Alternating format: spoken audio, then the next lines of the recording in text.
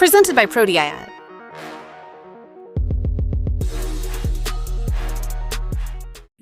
Wa ashabihi wa mawalam ba'du. Terhormat Dekanat Fakultas Usuluddin Studi Agama, pada malam hari ini berkenan hadir Pak Wakil Dekan, Pak Dr. Otong Suhendar, lalu yang terhormat juga Pak Ketua Prodi, Bapak Imam Sahal Hamdani STMAG, dan juga para dosen tetap Prodi Ilmu Al-Quran dan Tafsir Fakultas Usuluddin Studi Agama. Di sini ada Pak Fahmi, ada Bu Melani, ada Pak Egi, ada Bu Zalpa. Alhamdulillah kita bisa berjumpa melalui forum Zoom meeting ini dalam rangka untuk upgrading, mungkin bahasa kerennya itu. Kita bahasakan peningkatan kompetensi dosen. Ini idenya ngikut dengan konsep dari kementerian. Jadi dosen-dosen yang mau share dos itu sekarang harus ada PKDP, pengembangan ke kompetensi dosen pemula. Nah, judulnya, idenya kita ambil dari situ. Tapi kita khususkan dalam forum hari ini atau bulan ini. Mungkin nanti ke depan Pak Imam, Pak Otong, mungkin Pak Hamad juga, mungkin dosen-dosen lain punya ide. Kita mau upgrading apa lagi nih tema-tema selanjutnya. Mungkin tidak harus bulan Desember, mungkin di semester depan, di bulan apa. Mungkin nanti kita bisa sama-sama diskusikan apa yang ingin kita bicarakan sama-sama terkait untuk pengembangan diri kita sendiri, pengembangan kita sebagai SDM, sumber daya manusia dosen, khususnya di Prodi Ilmu Al-Quran Tafsir. Baik, sebelum masuk ke narasumber, sebelum kita sama-sama mendengarkan apa yang akan disampaikan oleh Pak Egi terkait materi pada malam hari ini, kita buka terlebih dahulu acara pada malam ini dengan bacaan basmalah bersama-sama. Bismillahirrahmanirrahim. Selanjutnya saya mohon dengan sangat kepada Pak Dr. Otong Suhendar LCM Hum untuk memberikan sambutan sekaligus membuka secara resmi PKD, bukan PKDP, peningkatan kompetensi dosen di prodi kita, di prodi Ilmu Al-Quran. Masih tereuforia, aduh, bulan Juli kemarin untuk ikuti Prokerto, ya Allah. Jadi masih ingat-ingat terus ini. Kepada Pak Otong dipersilakan untuk menyampaikan beberapa kata sebagai prakata pengantar dan juga membuka secara resmi agenda kita pada bulan ini. Silakan Pak Otong. Terima kasih. Assalamualaikum warahmatullahi wabarakatuh. Bismillah, alhamdulillah, wassalatu wassalamu ala rasulillah Muhammad ibn Abdillah, rabbi syrah li sadri wa yassir li amri wa hlul 'uqdatam min lisani yafqahu qawli. Yang terhormat Kaprodi, Sekprodi, para dosen yang malam ini ikut berpartisipasi dalam kegiatan yang dirancang oleh Prodi gitu ya, dan juga diobrolkan dengan dekanat. Alhamdulillah malam ini bisa terlaksana kegiatan yang pertama dalam tadi yang dikasih judulnya PKD, Program Kompetensi Dosen. Yang ini dikhususkan ke pengelolaan jurnalnya, penerbitan jurnal. Juga tak lupa kepada pemateri malam hari ini, Pak Egi. Ini alhamdulillah bisa meluangkan waktu sehingga di malam ini bisa dimulai dalam pertemuan yang pertama. Dan nanti minggu depannya, Al-Habib, itu jadwal Al-Habib ya. Pak Fahmi. Kemudian yang selanjutnya jadwal Al-Habib. Alhamdulillah ini di bulan ini sudah ada pemateri yang siap untuk memberikan apa istilahnya, berbagi ide lah, berbagi informasi, berbagi wawasan bagi dosen-dosen yang berhome base di ilmu Al-Quran Tafsir. Nggak tahu ini undangannya apakah ke dosen yang lain di luar home base apa tidak. Pokoknya yang dikasih jadwal di IAT itu dikasih undangan apa tidak. Saya nggak tahu nih. Tapi syukur-syukur diajak juga gitu ya. Tapi kalaupun tidak memungkinkan, mungkin kita lebih khusus ke dosen-dosen yang berhome base di Prodi Ilmu Quran Tafsir. Untuk selanjutnya, bahwa PKD ini digagas oleh Prodi gitu ya, dengan dimusyawarahkan juga dengan dekanat ini memang ada tujuan yang ingin diraih gitu ya, ingin dicapai. Ya minimalnya yang paling dasar itu dosen-dosen itu dikasih kegiatan tambahan gitu. Dibebani kegiatan tambahan. Tapi insya Allah kegiatan ini bukan kegiatan yang sia-sia, tapi insya Allah berguna, wabil khusus kepada dosen-dosen yang memiliki apa itu istilahnya, tagihan untuk memenuhi BKD LKD, yaitu harus ada atau salah satu poinnya harus terpenuhi eh, jurnal atau artikel ilmiah yang dipublish gitu ya. Dan alhamdulillah ini prodi memfasilitasi khususnya dosen-dosen yang ya mungkin tanda petik punya kesibukan gitu ya. Punya kesibukan sehingga prodi memberikan ya sedikit bantuan gitu ya. Sehingga ada kesempatan untuk menulis gitu ya, untuk meneliti. Dan juga bahwa kegiatan ini di samping untuk memberikan wawasan atau ide-ide atau bahkan kadang yang namanya nulis itu perlu juga ide ataupun perlu diobrolkan dengan yang lain sehingga ada ide, ada wawasan yang up to date untuk melakukan penelitian ataupun penulisan dan ini sangat-sangat berguna ini kegiatan ini. Dan kami pun dari dekanat ketika prodi punya inisiasi seperti ini sangat menyetujui gitu ya.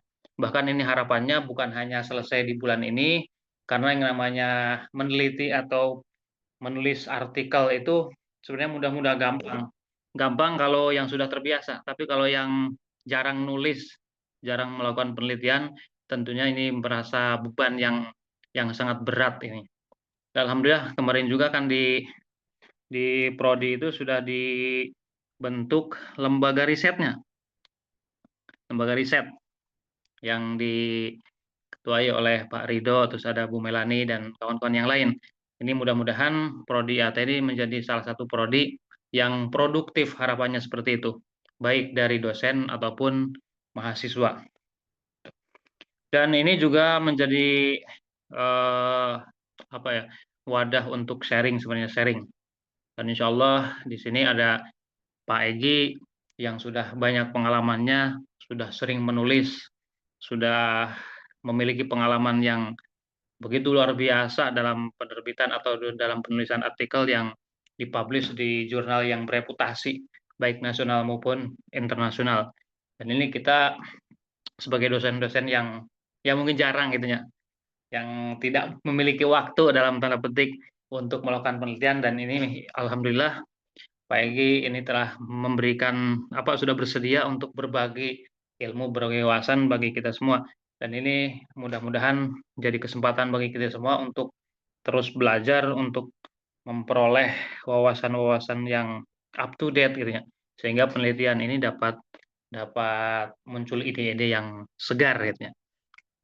Harapan terakhirnya memang kegiatan ini memang dikhususkan dalam penulisan artikel, penulisan jurnal, dan harapannya bisa dipublish di jurnal nasional maupun internasional gitu ya.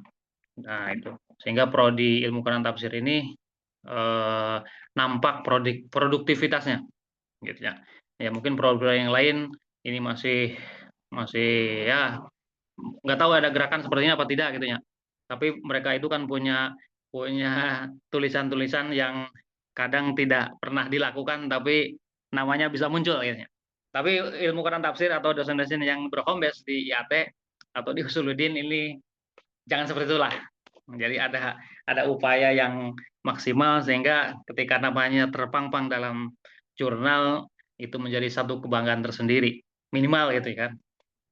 Wabil yang lebih jauhnya ini merupakan bukti bahwa kita sebagai dosen ini eh, ya keilmuannya lah bisa dinikmati atau dibaca oleh orang lain. Mungkin itu pengantar yang atau sambutan yang dapat disampaikan khususnya ini mewakili Pak Dekan yang malam ini kayaknya tidak ikut gabung gitu ya. Untuk membuka secara resmi kegiatan ini dinyatakan dibuka lah untuk kegiatan 3 minggu ke depan dibuka secara resmi dengan bacaan basmalah. Bismillahirrahmanirrahim. Bismillahirrahmanirrahim. Gak usah ketok palu ya. Oke, itu mungkin yang dapat saya sampaikan. Kurang lebihnya mohon maaf. Dan ini biar nggak lama-lama karena intinya adalah berbagi dan mendengarkan apa yang akan disampaikan oleh Pak Egi. Ini mudah-mudahan Allah memberikan kemudahan bagi kita sehingga kita bisa mendapatkan satu yang bermanfaat untuk bisa diaplikasikan dalam kegiatan akademik kita. Terima kasih. Wallahumma fiqh ila aqwamit thoriq. Wassalamualaikum warahmatullahi wabarakatuh. Warahmatullahi wabarakatuh. Waalaikumsalam warahmatullahi wabarakatuh. Terima kasih Pak Dr. Otung Swendar selaku Wakil Dekan yang mewakili Pak Dekan yang telah meresmikan dan memberikan pengantar terkait dengan kegiatan PKD Prodi Ilmu Al-Quran dan Tafsir. Berhubung Pak Ridho selaku Ketua LP belum hadir, saya kira kita langsung saja ke acara inti.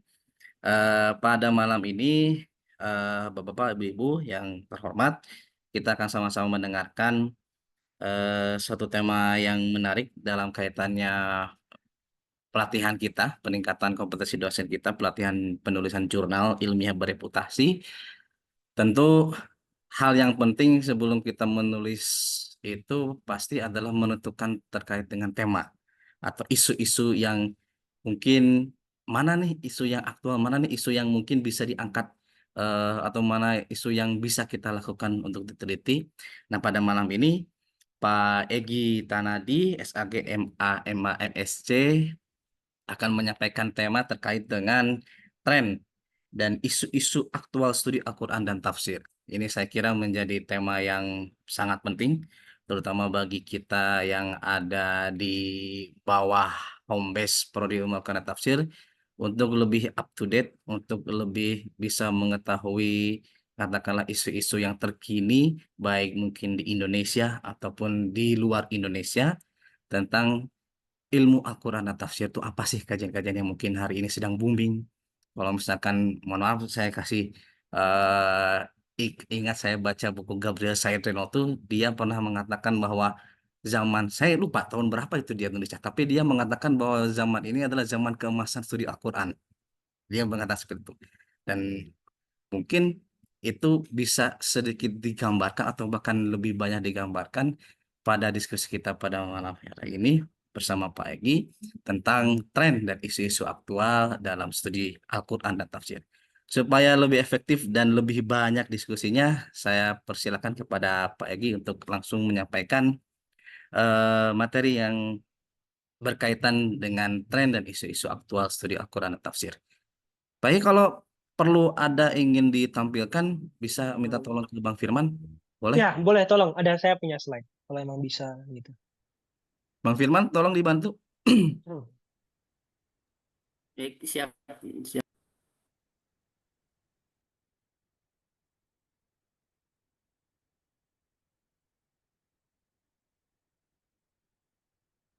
Wah, sudah bisa. Oke.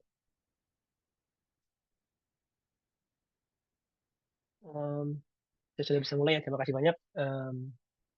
Yang saya hormati Bapak Wakil Dekan, Pak Otong. Yang saya hormati Kaprodi dan Sekprodi, Pak Imam Sahal, Pak Ahmad Labib. Lalu juga yang saya hormati para dosen YAT, ya, para senior ya. Assalamualaikum warahmatullahi wabarakatuh. Terima kasih banyak atas kesempatannya. Sebenarnya saya agak malu gitu ketika diminta untuk mengisi PKD tadi atau PKPD tadi ya.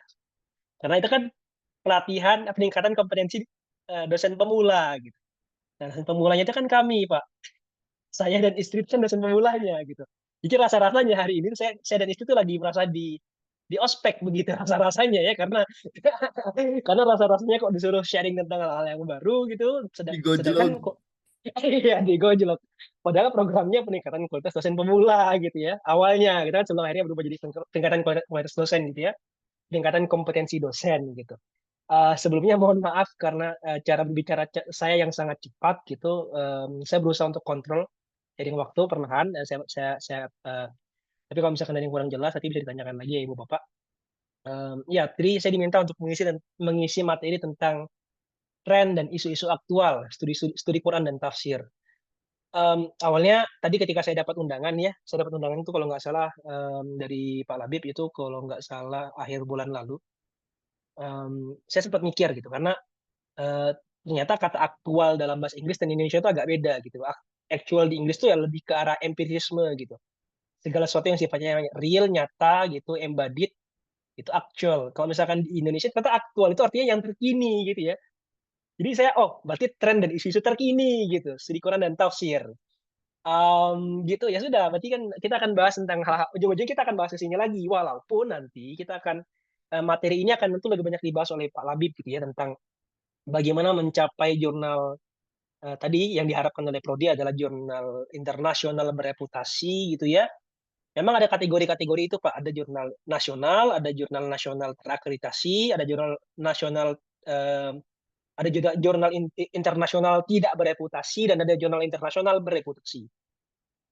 Saya punya pengalaman jadi editor Pak dari saya satu itu di jurnal internasional dulunya tak bereputasi internasional tapi tak bereputasi karena dia jurnal di Jogja Esensia itu jurnal yang terindeks EBSCO dan juga DOAJ dan beberapa lain tapi belum terindeks Scopus. Tapi belakangan ternyata EBSCO dan juga DOAJ dianggap sebagai standar untuk menyebut dirinya bereputasi.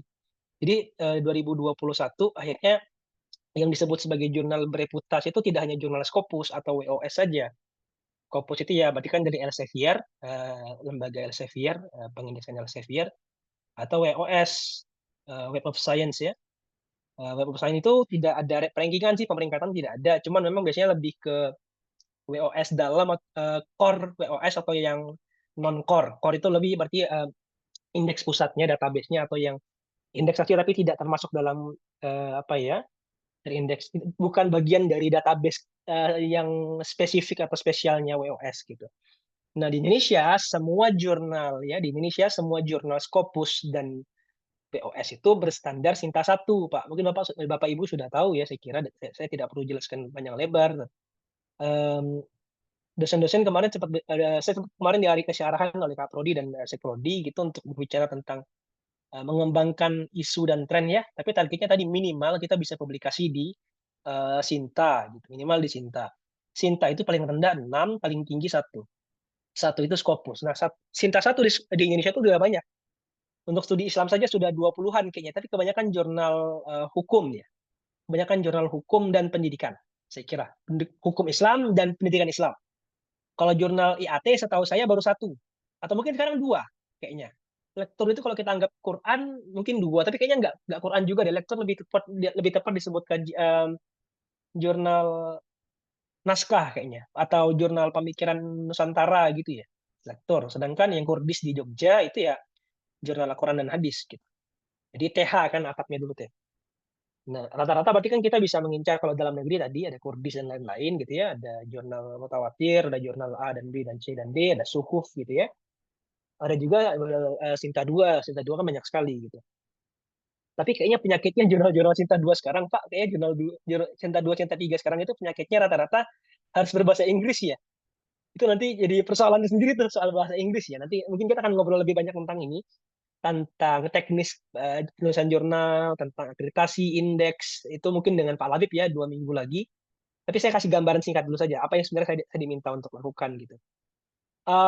Saya agak iseng, jadi saya baru tahu kalau kita diskusinya hari ini, kita peningkatan PKD-nya hari ini, tahunnya pun tadi pas maghrib, jadi saya langsung siapkan materi singkat saja.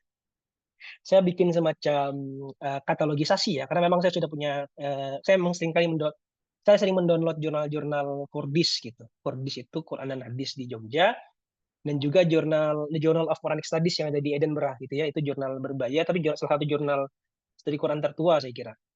Nah kalau Kurdis, jurnal Scopus Quran Hadis di Indonesia yang Q1 sekarang, dan saya kira secara indeks Kurdis lebih tinggi ketimbang jurnal IAT manapun di dunia hari ini secara indeks. Kenapa lebih tinggi dari manapun itu nanti akan kayaknya lebih banyak kita obrolin nanti di ini ya di minggu ketiga karena tuh saya kira lebih pas ngomongin di sana tentang indeks, tentang skor H indeks dan lain sebagainya. Ya, tapi poin yang ingin saya sampaikan adalah jurnal terbaik di dunia saat ini, jurnal IAT terbaik di dunia saat ini itu topik runnya itu seperempatnya itu tafsir Nusantara, Pak. Ini agak aneh. Well, itu make sense terutama karena apa? Ini jurnal Indonesia gitu ya, jurnal Indonesia, editornya orang Indonesia, reviewernya rata-rata orang Indonesia atau reviewer bayangan gitu ya.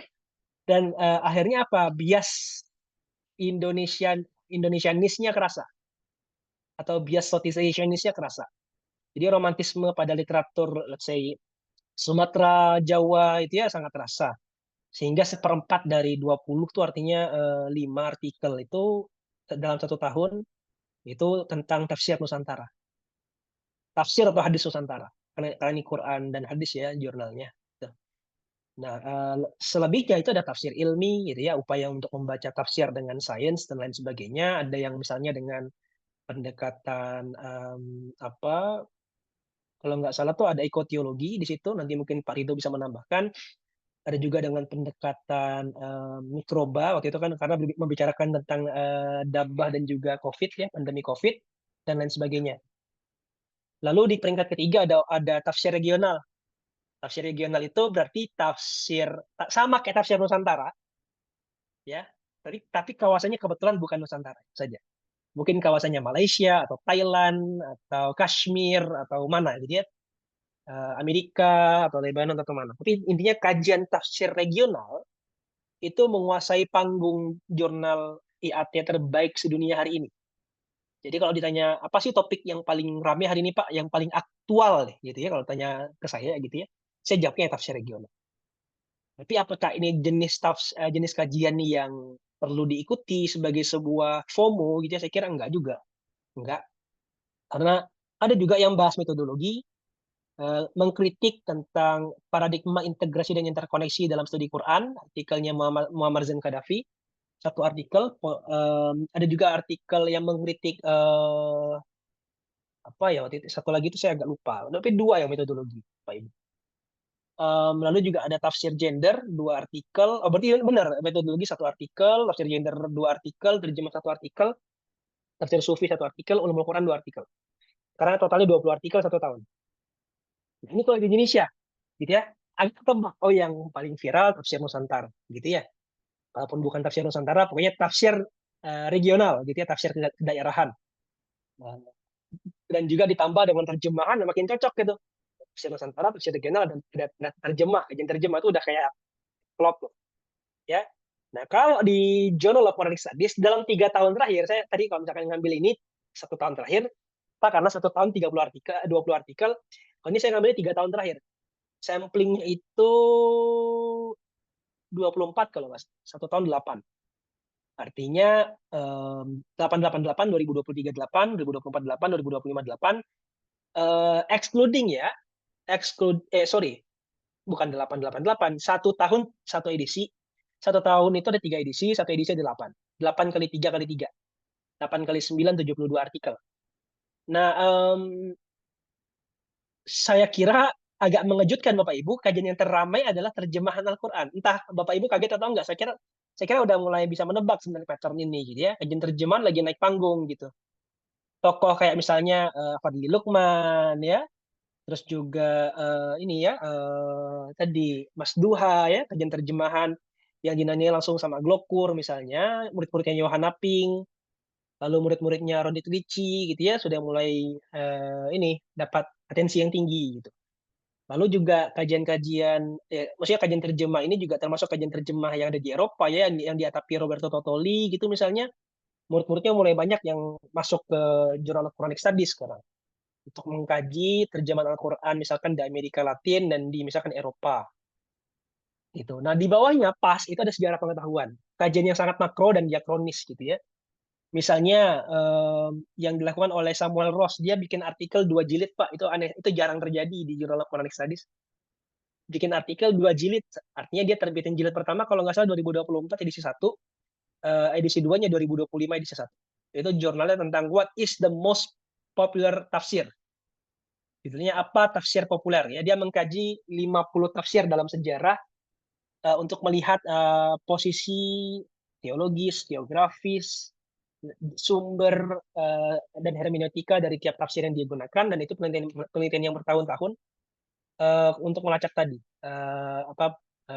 posisi dan otoritas sebuah tafsir gitu ya. Kesimpulan dia, tafsir-tafsir yang kita pahami selama ini kayak misalkan Baidawi, Ibnu Katsir dan lain-lain itu Al-Qurtubi itu tak sepopuler itu gitu. Banyak tafsir-tafsir yang dulunya terkenal sekarang udah mulai meredup, terutama setelah periode percetakan. Bukan argumen baru sih ini, karena kan kita juga banyak melihat argumen ini misalkan di bukunya Ahmad Al-Syamsi ya tentang Islamic printing dan lain sebagainya. Nah, setelah sejarah pengetahuan, ada yang konsekuensi logisnya itu filologi.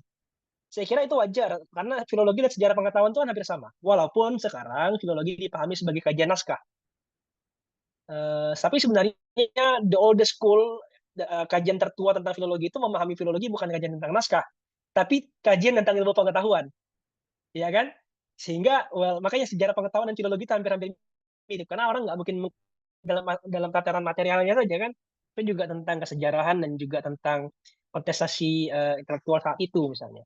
Nah, lalu ada semantika. Nah, kalau semantika ini menurut saya agak ini ya, kajian Ma'ani itu menurut saya agak eksepsionalis di Journal of Foreign Studies. Kita sama sekali nggak melihat topik itu di Kurdis di Indonesia misalnya. Tapi semantika mendapatkan posisi 17%. Hampir tiap edisi itu ada 2 sampai 3 artikel tentang semantika di Kurdis. Di Journal of Foreign Studies JQS ya. JQS lah menyebutnya. Pertanyaannya kenapa? Karena JQS ini selalu punya kuota artikel berbahasa Arab. Selalu punya kuota artikel berbahasa Arab.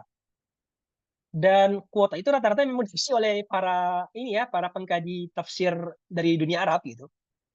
Terutama yang concernnya tentang ayat-ayat yang agak kontroversial. Contohnya apa? Antropomorfisme dan lain sebagainya. Ya, ayat tentang yadullah dan lain sebagainya. Pokoknya kajian-kajian semantika semacam itu yang selalu diangkat gitu.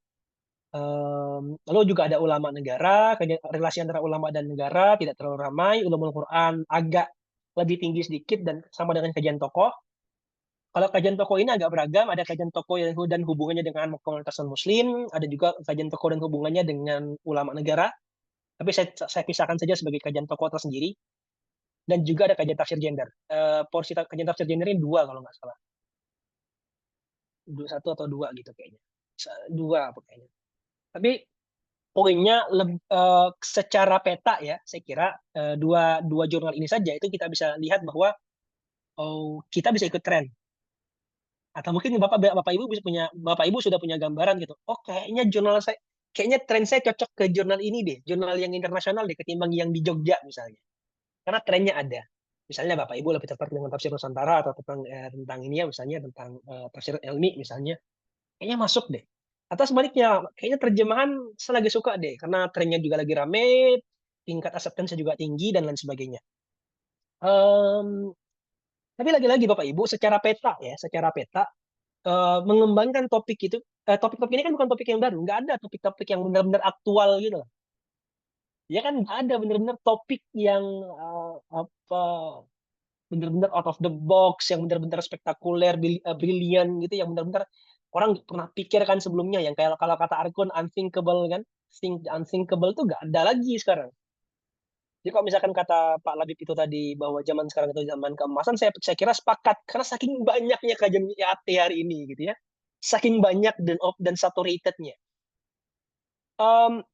Jadi saya kira yang basic sekali semua orang udah tahu, gampangnya adalah kayak yang dilakukan di sini adalah satu, kalau yang penelitian paling basic ya saya akan urut 1 sampai 6 nanti.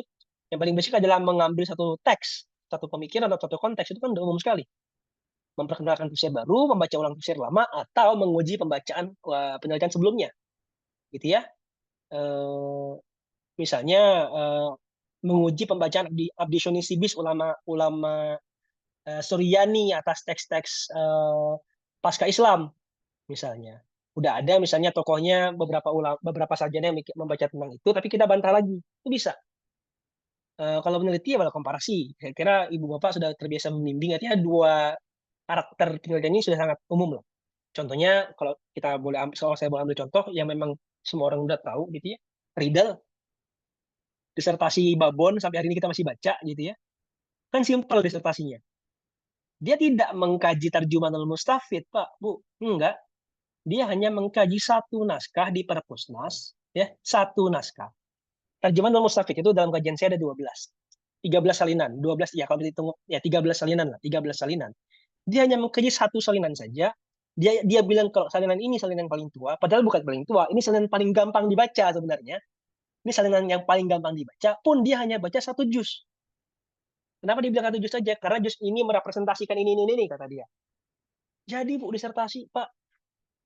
Disertasi di Australia dan disebut sebagai disertasi yang mengubah landscape kajian tafsir Nusantara hari ini. Sehingga kita kan seringkali percaya kalau tafsir tertua terlengkap itu kan terjemahan Al-Mustafid.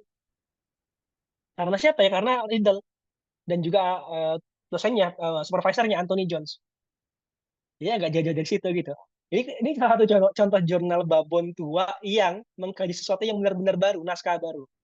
Tapi lagi-lagi kadang-kadang tuh tafsir-tafsir baru itu entah baru karena baru ditemukan lagi, misalkan kajian filologi ya, atau baru karena benar-benar baru dibuat 2025 misalnya. Antara dua itu aja kalau benar-benar memperkenalkan tafsir baru.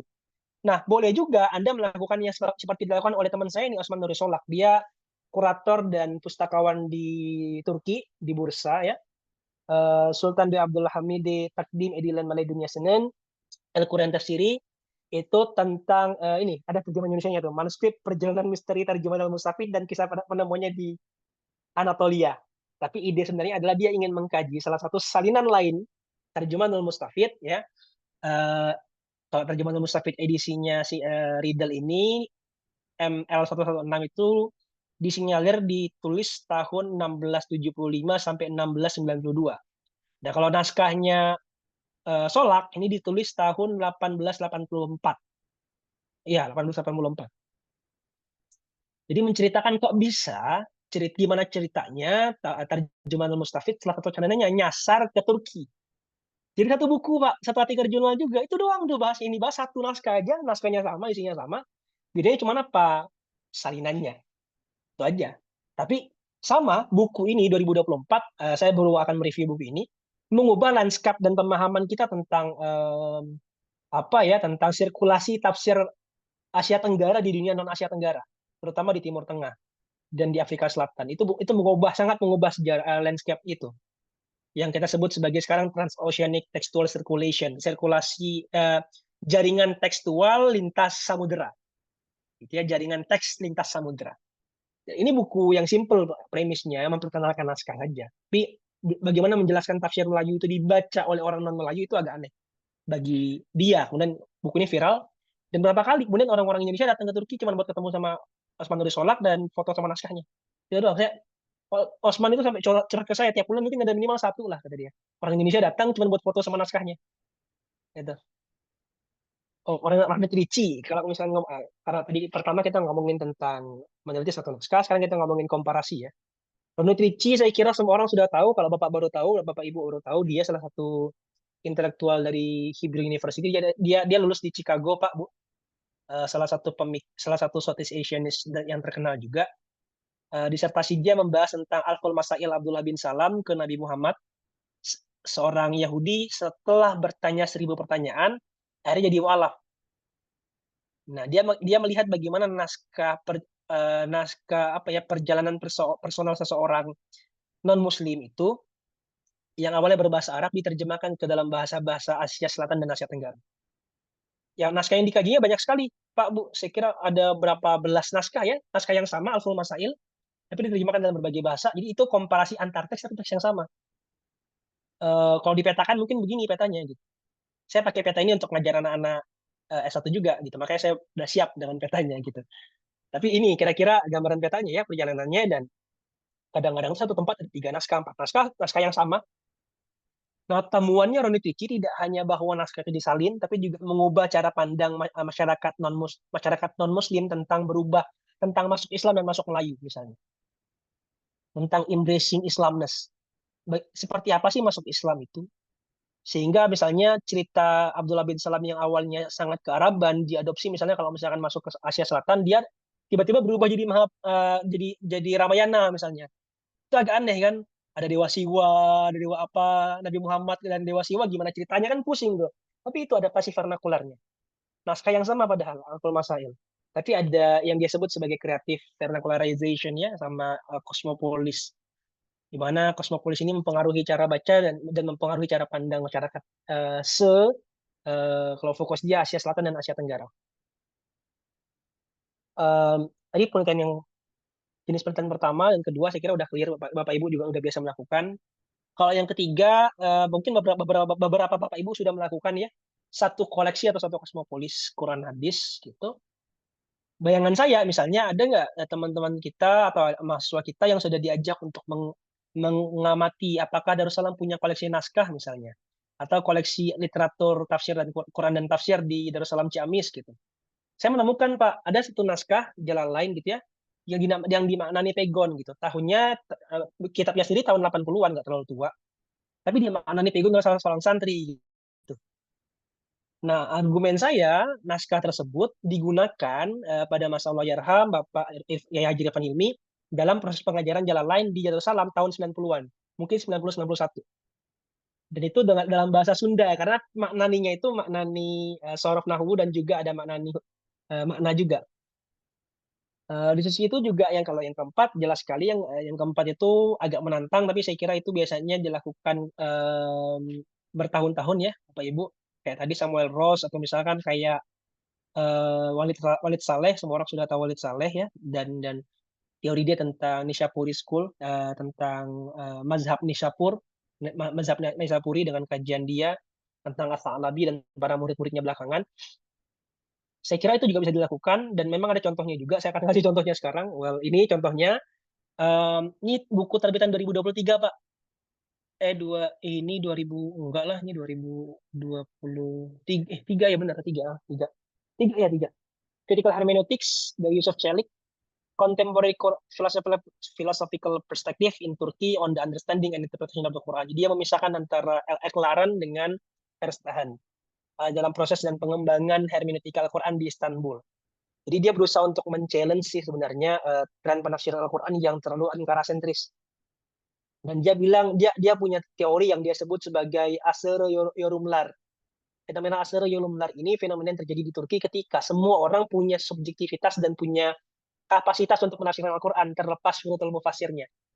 Saya, Anda tukang becak, tukang liwet ya, atau tukang peyek, tukang ini semuanya bisa menafsirkan Al-Quran dan semuanya mau menafsirkan Al-Quran dan tafsiran Al-Qurannya dianggap setara. Itu yang membuat adanya overabundance atau overinterpretasi di Turki. Nah, konsekuensinya apa? Di Turki itu sekarang yang disebut sebagai hermeneutika kritis itu bukan hanya orang-orang kontekstualis. Kalau dulu kan yang kita pahami hermeneutika itu pasti kontekstualis, ya kan? Yang pasti liberal, bahkan ya. Sekarang itu enggak. Di Turki itu bahkan yang paling radikal, paling kanan pun itu disebut critical hermeneutics. Gitu. Bahkan ya kelompok Inkarus Sunnah, kelompok A, kelompok B, kelompok C itu punya pakam hermeneutikanya sendiri dan juga punya pasarnya sendiri. Itu yang membuat pendekatan dan pemahaman serta cara bacanya terhadap teksnya itu sangat kaya gitu ya. Dan ini dia mengkaji 3 tokoh aja sebenarnya, 3 tokoh. Dia mengkaji 3 tokoh ya. Itu bisa dibaca ada Ostuk, ada Alpail, sama ada Cundiolu sama Ostuk sama Alpail. Dia pakai istilah konsep dari Heidegger, Wittgenstein, sama Foucault untuk membaca 3 tokoh tadi dari Turki. Tapi dari tadi ya itu Istanbul School ya, dapat tanda petik. Walaupun setahu saya Ostuk itu lulusan Ankara. Ini contoh tentang tadi ya sejarah pengetahuan tafsir di Istanbul. Di Indonesia juga ada kok, tapi saya nggak mau kasih contoh itu karena bukunya udah lama-lama biasanya buku-buku tua. Nah buku ini merespon langsung disertasinya Felix Corner. Felix Corner ini temennya Pak Sayron Syamsuddin, sama-sama kuliah di Jerman. Ya, bukunya diterjemahkan ke bahasa Inggris ini Revisionist Quran Hermeneutics in Contemporary Turkish University Theology. Idenya adalah bahwa ada yang namanya mazhab Ankara atau Ankara Okulu gitu ya. Mazhab Ankara ini mengembangkan metodologi tafsir atau hermeneutika yang sangat distintif kata dia dan sangat kontekstual dan progresif sehingga memfasilitasi pendirian dan institusionalisasi Fakultas Ilahiyat di Ankara. Nah, dulu tuh ada perdebatan Pak tentang pendirian Fakultas Usuluddin tapi di UGM misalnya. Sama di Ankara tuh ada Fakultas Usuluddin tapi di kampus negerinya, bukan di Fakultas PTKI-nya. Itu yang membuat kemudian kok bisa. Nah, ceritanya kayak gini. Itu yang diceritakan oleh Felix Corner. karena ada kekayaan dan kecanggihan metodologi serta hermeneutika di Ankara itu yang membuat. Tapi lagi-lagi dibantah oleh Yusuf Dalik belakangan. Nah, kalau yang merekonstruksi sejarah yang saya suka ini buku 2025, Pak. Saya kira belum ada yang review 2024 kalau ini. Ini 2024 yang 5 itu yang apa ya? Ada lagi bukunya Majid yang 2025. Saya dapat ini dari Majid langsung. Reconstructing Arrhenius Library, dia mengkatalogisasi ya sebenarnya. Ini buku katalog aja sebenarnya awalnya gitu niatnya. Mengkatalog teks-teks Arab, Farsi, Urdu, dan Melayu, koleksi seorang orientalis British bernama Thomas Arrhenius. Nah, menurut saya yang menarik adalah temuannya dia. Dan temuan dia ini membuat lagi-lagi sejarah tentang tafsir Nusantara tanda petik itu bergeser gitu ya. Dulu kita memahami bahwa tafsir Nusantara itu tafsir tertua, the first the oldest complete Southeast Quran Commentary itu Tarjumanul Mustafid. Kalaupun ada yang lebih awal itu ya ini tafsir ini yang saya foto di kanan ini, Cambridge University Library MS 2645, itu naskah berbahasa Melayu, diperkirakan berasal dari Aceh. Estimasi tahunnya 1592 sampai 1624. 1592 sampai 1624. Nah, dulu ada Riddle, ada siapa lagi ya, Pak Ervan Nurtawab mengkaji naskah ini juga ya tentang naskah ini, tapi estimasinya abad 17 alias tahun 1600 sampai 1624. Dikritik lagi sama tahun 2021 dikritik sama Pak Ikhwan, Muhammad Nur Ikhwan. Nur Ikhwan bilang naskah ini kemungkinan di abad 15 akhir. Tapi dia tidak punya bukti tentang itu. Nah, akhirnya dicarikan buktinya oleh Majid temannya lagi. Ini komplotan-komplotannya itu seru. Ada gengnya itu. Akhirnya Pak Ikhwan dibelain nih. Pembelanya gimana? 1592. Thomas Arrhenius belum balik dari Asia Tenggara. Sehingga naskahnya masih nyangkut di Asia Tenggara. Nah, lucunya apa yang saya bilang tadi, mengubah lanskap dan sejarah pengetahuan tafsir di Asia Tenggara. Menurut Majid, dari pembacaan dia, ada setidaknya 3 literatur Syiah yang digunakan secara literal dalam tafsir ini. Tafsir surat Al-Kahfi ini. Yang membuat kita bertanya-tanya tentang posisi dan sejarah islamisasi tanda petik ya di Asia Selatan, di Asia Tenggara, terutama di pesisir Aceh dan lain sebagainya. Dan kenapa bisa munculnya Alit Paiti atau komunitas tasyayyu di Nusantara hari ini, gitu ya. Saya kira itu juga punya pengaruh langsung dengan Majid bilang kalau bukan karena Thomas Arrhenius bawa naskah ini dari Asia Tenggara ke Inggris, ke Cambridge ya, walaupun bukan dibawa, dijual. Ya. Kalau tidak dibawa ke Inggris ya tadi ya, naskah ini pasti dibakar oleh Ar-Raniri dan para muridnya di abad 17. Karena apa? Ar-Raniri itu sangat menentang dan juga punya potensi tinggi untuk menghancurkan buku-buku yang dianggap tidak sesuai dengan ajaran negara, gitu ya. Itu yang membuat, tapi itu lagi-lagi pandangan neo-orientalis sih. Walaupun ya Majid juga ngaku dia seorang neo-orientalis gitu. Nah ini perspektif yang kelima dan keenam, Pak. Tadi kalau misalkan keempat, ketiga, empat itu kan satu koleksi, satu tempat, atau satu merekonstruksi sekalian, membangun atau merombak, gitu ya idenya. Membangun sejarah atau merombak pengetahuan, gitu aja. Nah, kalau yang kelima dan enam saya kira yang kemarin saya ingin propose ke anak-anak, tapi karena tahu ternyata anak-anak di kuliah pakar itu targetnya anak-anak aliyah dan anak-anak S1 semester 3 dan 1, saya permudah bahasanya, permudah. Jadi nomor 5 itu adalah membaca teks lama dengan perspektif baru. Ya. Kemarin saya sempat ngobrol dengan Pak Kaprodi itu. Salah satu contohnya adalah artikelnya Ahraf Idrisi. Dia mengkaji pemikirannya Taha Abdurrahman dengan siapa saya lupa, 2 tokoh aja sama-sama dari dunia selatan ya. Satunya Maroko, satunya mana gitu. Tapi intinya adalah mengkompresikan pemikiran selatan-selatan. Artinya menggabungkan antara satu kajian pemikiran tokoh dengan 2 wacana dekolonialisasi. Ya kan? Itu contoh bagaimana membaca teks-teks lama dengan bacaan baru itu valid dan dapat diterima dan bahkan terbit di jurnal-jurnal internasional gitu. Contoh lainnya kan saya kira banyak sekali ya dengan kajian-kajian hari ini gitu. misalnya dengan radiokarbon dan lain sebagainya, atau misalnya dengan pendekatan apa ya, kalau misalkan yang ada di jurnal, let's see, saya harus lihat lagi kalau di Google ya. Jadi saya ngelihat Pak Otong, saya ingin kasih contoh sebenarnya, tapi waktu saya nggak cukup. Saya awalnya pengen lakukan pemetaan dosen-dosen aja, pengen tahu dosen-dosen kita tuh trennya di mana, tapi ternyata waktu saya nggak cukup, jadi ya udahlah. Em, Contohnya saya kira, oh ini tadi eh, Samuel Rose, ini, kalau ini contoh satunya lagi. Nah ini contoh ini ya ini saya kira teks lama perspektif baru tapi dengan filologi ya. Kalau Abdul Halim memang orangnya suka ceramah aja, jadi bukan hal-hal yang baru banget gitu. Itu sudah sepuh soalnya Abdul Halim. Kok ini happens. Tapi nonetheless lah, saya kira saya harus fokus lagi ke materi, waktu saya terbatas. Yang kedua itu membaca teks baru dengan pendekatan lama. Contohnya tadi, ini saya kasih contoh, misalnya kajiannya Eleh Syah Pasan, dia berusaha untuk mengamati hubungan antara tradisi para ulama qiraat awal ya, terutama Ibnu Mas'ud dan para ahlul qurra di Kufah ya, mazhab Kufi, dalam memahami Al-Quran sebagai kitab yang maskulin ya, dengan perkembangan ilmu qiraat. Itu menurut saya menarik gitu. Jadi karena kan teksnya itu apa ya? Karena teks yang dibaca itu teks belakangan gitu. Qiraat-qiraat yang belakangan, Quran-Quran yang belakangan gitu ya.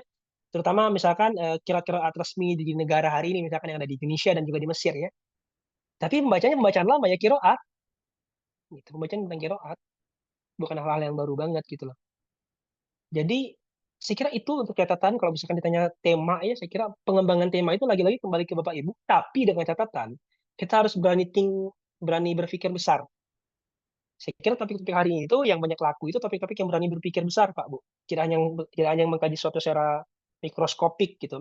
Menjadi seorang spesialis itu bagus. Bagus dalam artian apa? Dalam artian eh, data Anda sangat kaya gitu ya, tapi minusnya adalah kadang-kadang orang nggak relate. Dan kadang-kadang datanya sudah mohon maaf, ada bahasa itu kan ada kejenuhan data ya, titik jenuh data gitu. Ketika sudah lama mengkaji sesuatu yang sama gitu, dia akan jenuh. Maka kalau bagi saya kira kata kunci penelitian itu hari ini adalah think transregionally, mulai berpikir secara lintas regional, atau kalau nggak lintas regional ya lintas massa gitu ya, sehingga tidak hanya terpaku pada satu tokoh atau satu pemikiran saja, tapi berani mengkomparasikan, berani berteori. Sama kayak mahasiswa kemarin saya mengajarkan berani berteori, berani mengkomparasikan. Saya kasih, tapi juga di sisi lain juga kita perlu kadang-kadang mencari celah Pak Bu. Novelty itu kadang-kadang didapatkan dari bentuk keisengan kita gitu. Saya ceritakan di kelas saya itu ada kisahnya Ervenius, kisahnya Van Ronkel ya. Van Ronkel ini seorang sama juga dia Southeast Asianis. Jadi ketika dia datang menjadi fellow di Cambridge itu dia dapat info loh. Dia bilang kalau Ronkel banyak loh naskah. Dia seorang kalau nggak salah librarian juga yang mengurus naskah-naskah di Perpusnas Jakarta, yang bikin katalog dia Van Ronkel ini. Nah, ada yang ngomong ke dia, Pak Ronkel, ini di Cambridge banyak naskah Melayu, tapi nggak ada yang baca. Setelah dicek sama dia benar, yang nggak hampir 300 tahun naskah ini nggak pernah dipegang orang. Ini contoh bagaimana kajian-kajian tadi ya, itu kadang-kadang kajian yang bagus itu depan mata, teman nggak kita amati aja gitu. Jadi ini jadi salah satu artikel yang sangat banyak dikutip nih kalau Van Ronkel ya, Philippus Van Ronkel. Tapi di sisi lain yang kita perlu hati-hati adalah soal isu dan tren ya, soal isu dan tren adalah, dan kita FOMO Pak Bu. Sekarang trennya kajian terjemah misalnya. Tadi kan terjemah banyak sekali deh secara kuantitatif jumlahnya. Tapi karena kita FOMO pengen mengkaji terjemah juga gitu, sedangkan kita belum menguasai bahasanya, kita terjebak. Ini ada Mas Fadli Lukman gitu ya, dia mengkritik. Gitu. Ada ceritanya, saya sebut saja ini dua mahasiswa lulusan S2 Yogyakarta. Artinya senior saya di Jogja, menulis artikel tentang terjemahan Al-Quran berbahasa Dayak Kanayatan. Yang terjemahan itu dosen-dosen IAIN Pontianak, tapi dia ingin mengkritik terjemahan tersebut. Dia orang non-Dayak ingin mengkritik terjemahan Dayak. Nah, artikel jurnal ini dikirim ke tadi jurnal terbaik sedunia hari ini ya, jurnal IAT terbaik sedunia hari ini, jurnal Cordis ya, untuk direview. Setelah dilihat kok artikelnya sama Fadli Lukman, gitu. Artikel ini kenapa agak aneh ya? Ternyata temuannya artikel ini ketika dikasih contoh-contoh terjemahan, kok contoh terjemahnya berbahasa Minang bukan berbahasa Dayak. Emang semirip itu bahasa Dayak dengan bahasa Dayak dengan bahasa Minang? Akhirnya dicek, oh ternyata dari pihak Kemenaknya dulu pernah salah ngasih sampul. Salah ngasih sampul, dibaca sama orang non spesialis bahasa Dayak, dikiranya oh aku berarti bisa bahasa Dayak dong gitu ya. Dibahas di artikel kira-kira bakal masuk Scopus Q1. Enggak, karena tidak ada proses verifikasi, itu yang jadi masalah. Sehingga apa? Ditolak lah artikelnya. Karena tidak mengecek hal yang simpel kayak benar ini bahasa Dayak gitu. Nah, kemudian pas dicek lagi, kira-kira berapa waktu kemudiannya, setahun 2 tahun kemudian, artikel yang sama yang ditolak di Kurdis terbit, Pak, Bu. Terbit tapi di jurnal lain. Jurnal Sinta 2, Mas Yan. Tapi terbit gitu. Jurnal ya, maksudnya artikel yang benar-benar sangat jelas menyesatkan orang ya. Tadi, karena yang dia bahas terjemah Minang, tapi objek materialnya itu tafsir Dayak gitu. Itu jelas menyesatkan gitu saya kira. Karena jauh sekali bahasanya. Tidak ada akar bahasa Dayak dengan Melayu atau Minang, itu nggak ada sama sekali. Yang ketiga yang sangat-sangat jelas, saya kira tidak ada peer review. Sama kayak kasus tadi, tidak ada peer review. Orang banyak mengkritik Christoph Luxemburg itu bukan karena dia nggak bisa bahasa Suryani, enggak. Dia bisa bahasa Suryani, iya. Dia bisa bahasa Aramaik, iya. Tapi banyak juga teman-temannya yang bisa.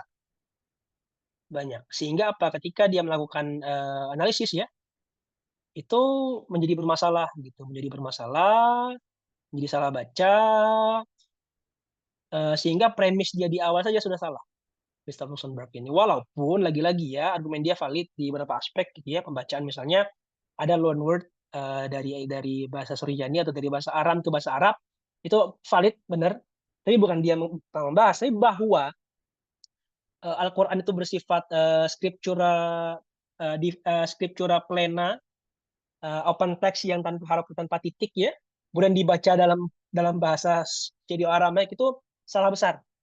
Itu yang kemudian dikritik oleh teman-temannya kan, oleh Reynolds juga tadi, oleh Andrew Ripin dan lain sebagainya. Saya kira itu Pak, Bu, terakhir ya bisa cek terdahulu ya, itu wajar. Saya kira itu Pak, Bu, laporan saya sebagai peneliti pemula. Kalau boleh dikasih garis besar tadi topik-topiknya, lalu harapan besarnya adalah supaya Bapak Ibu bukan hanya tahu tren-tren terkini, tapi juga tahu bahwa oh ternyata minat saya itu sudah ada pasarnya di jurnal-jurnal Q1 gitu. Saya kira itu harapannya. Terima kasih, saya kembalikan ke Pak Labib. Baik, terima kasih Pak Egi. Saya kira sangat kaya sekali apa yang telah disampaikan oleh Pak Egi terkait dengan tren dan isu-isu aktual. Ternyata memang sampai hari ini termasuk bagi saya pribadi kadang memahami aktual dengan aktual tuh sama-sama aja gitu ya. Ternyata aktual ternyata dengan aktual di Indonesia ternyata beda ternyata pemaknaannya, pemahamannya. Nah, itu mungkin menjadi juga apa untuk memperkaya pengetahuan kita terkait dengan isu-isu yang memang hari ini saya kira ini yang jadi kadang problem mahasiswa itu, pengalaman saya mengajar tuh mereka tuh kayak kebingungan gitu. Pas sudah banyak, pas sudah ini, sudah ini. Akhirnya saya suka menjawab tuh cari celahnya, cari sedikit apapun. Saya kira semuanya pasti bisa teliti. Saya suka menegaskan seperti itu, apalagi ke anak-anak semester 5 atau mungkin nanti yang masuk ke semester 6. Dan mungkin ini juga yang menjadi bekal bagi kita, Bapak Ibu-Ibu. Nanti kalau misalkan ketika sudah ada bimbingan mahasiswa, biasanya ada yang sudah mulai menulis-nulis, mungkin kita bisa mengaplikasikan atau memberitahukan informasi yang tadi kita dapatkan kepada teman-teman mahasiswa agar mereka juga berusaha segiat mungkin lah gitu. Bahwa ternyata studi Al-Quran dan tafsir itu meskipun sudah ada masih bisa dicari celah. Baik, Bapak-bapak, Ibu-ibu, dipersilahkan selanjutnya sesi tanya jawab. Saya kira tadi sebagaimana disampaikan oleh Pak Imam, Pak Kaprodi, waktunya 30 menit. Kalaupun mungkin nanti banyak pertanyaan, banyak yang ingin diajukan, saya kira bisa dilanjutkan di grup. Tapi karena mumpung bisa bertatap muka lewat Zoom meeting, silakan diungkapkan sebanyak mungkin. Mungkin ada keresahan, kegelisahan, atau mungkin pertanyaan, atau mungkin perbedaan pandangan antara Bapak Ibu dengan apa tadi yang disampaikan oleh Pak Egi. Saya buka seluas-luasnya. Kurang lebih waktu 30 menit. Silakan. Siapa dulu boleh ya? Langsung dibuka saja. Open mic, tapi bukan stand up comedy ini. Open mic-nya. Boleh silakan. Saya yang raise hand. Oh siap. Baru terlihat. Silakan Pak Imam, Pak Kapolri. Baik, terima kasih Bapak Moderator, Pak Labi Majdi, Bapak Narasumber, Pak Egi Tanadi Taufik. Peningkatan kompetensi dosen pemula katanya tadi ya, yang di-highlight. Oke, kemudian Pak Otong, Pak Wadek, dan Bapak Ibu sekalian, terima kasih atas waktunya. Izin menyampaikan beberapa kegelisahan dan pertanyaan. Pertama terkait tadi, saya kira apa yang disampaikan oleh Pak Egi tentu memantik banyak pikiran ya.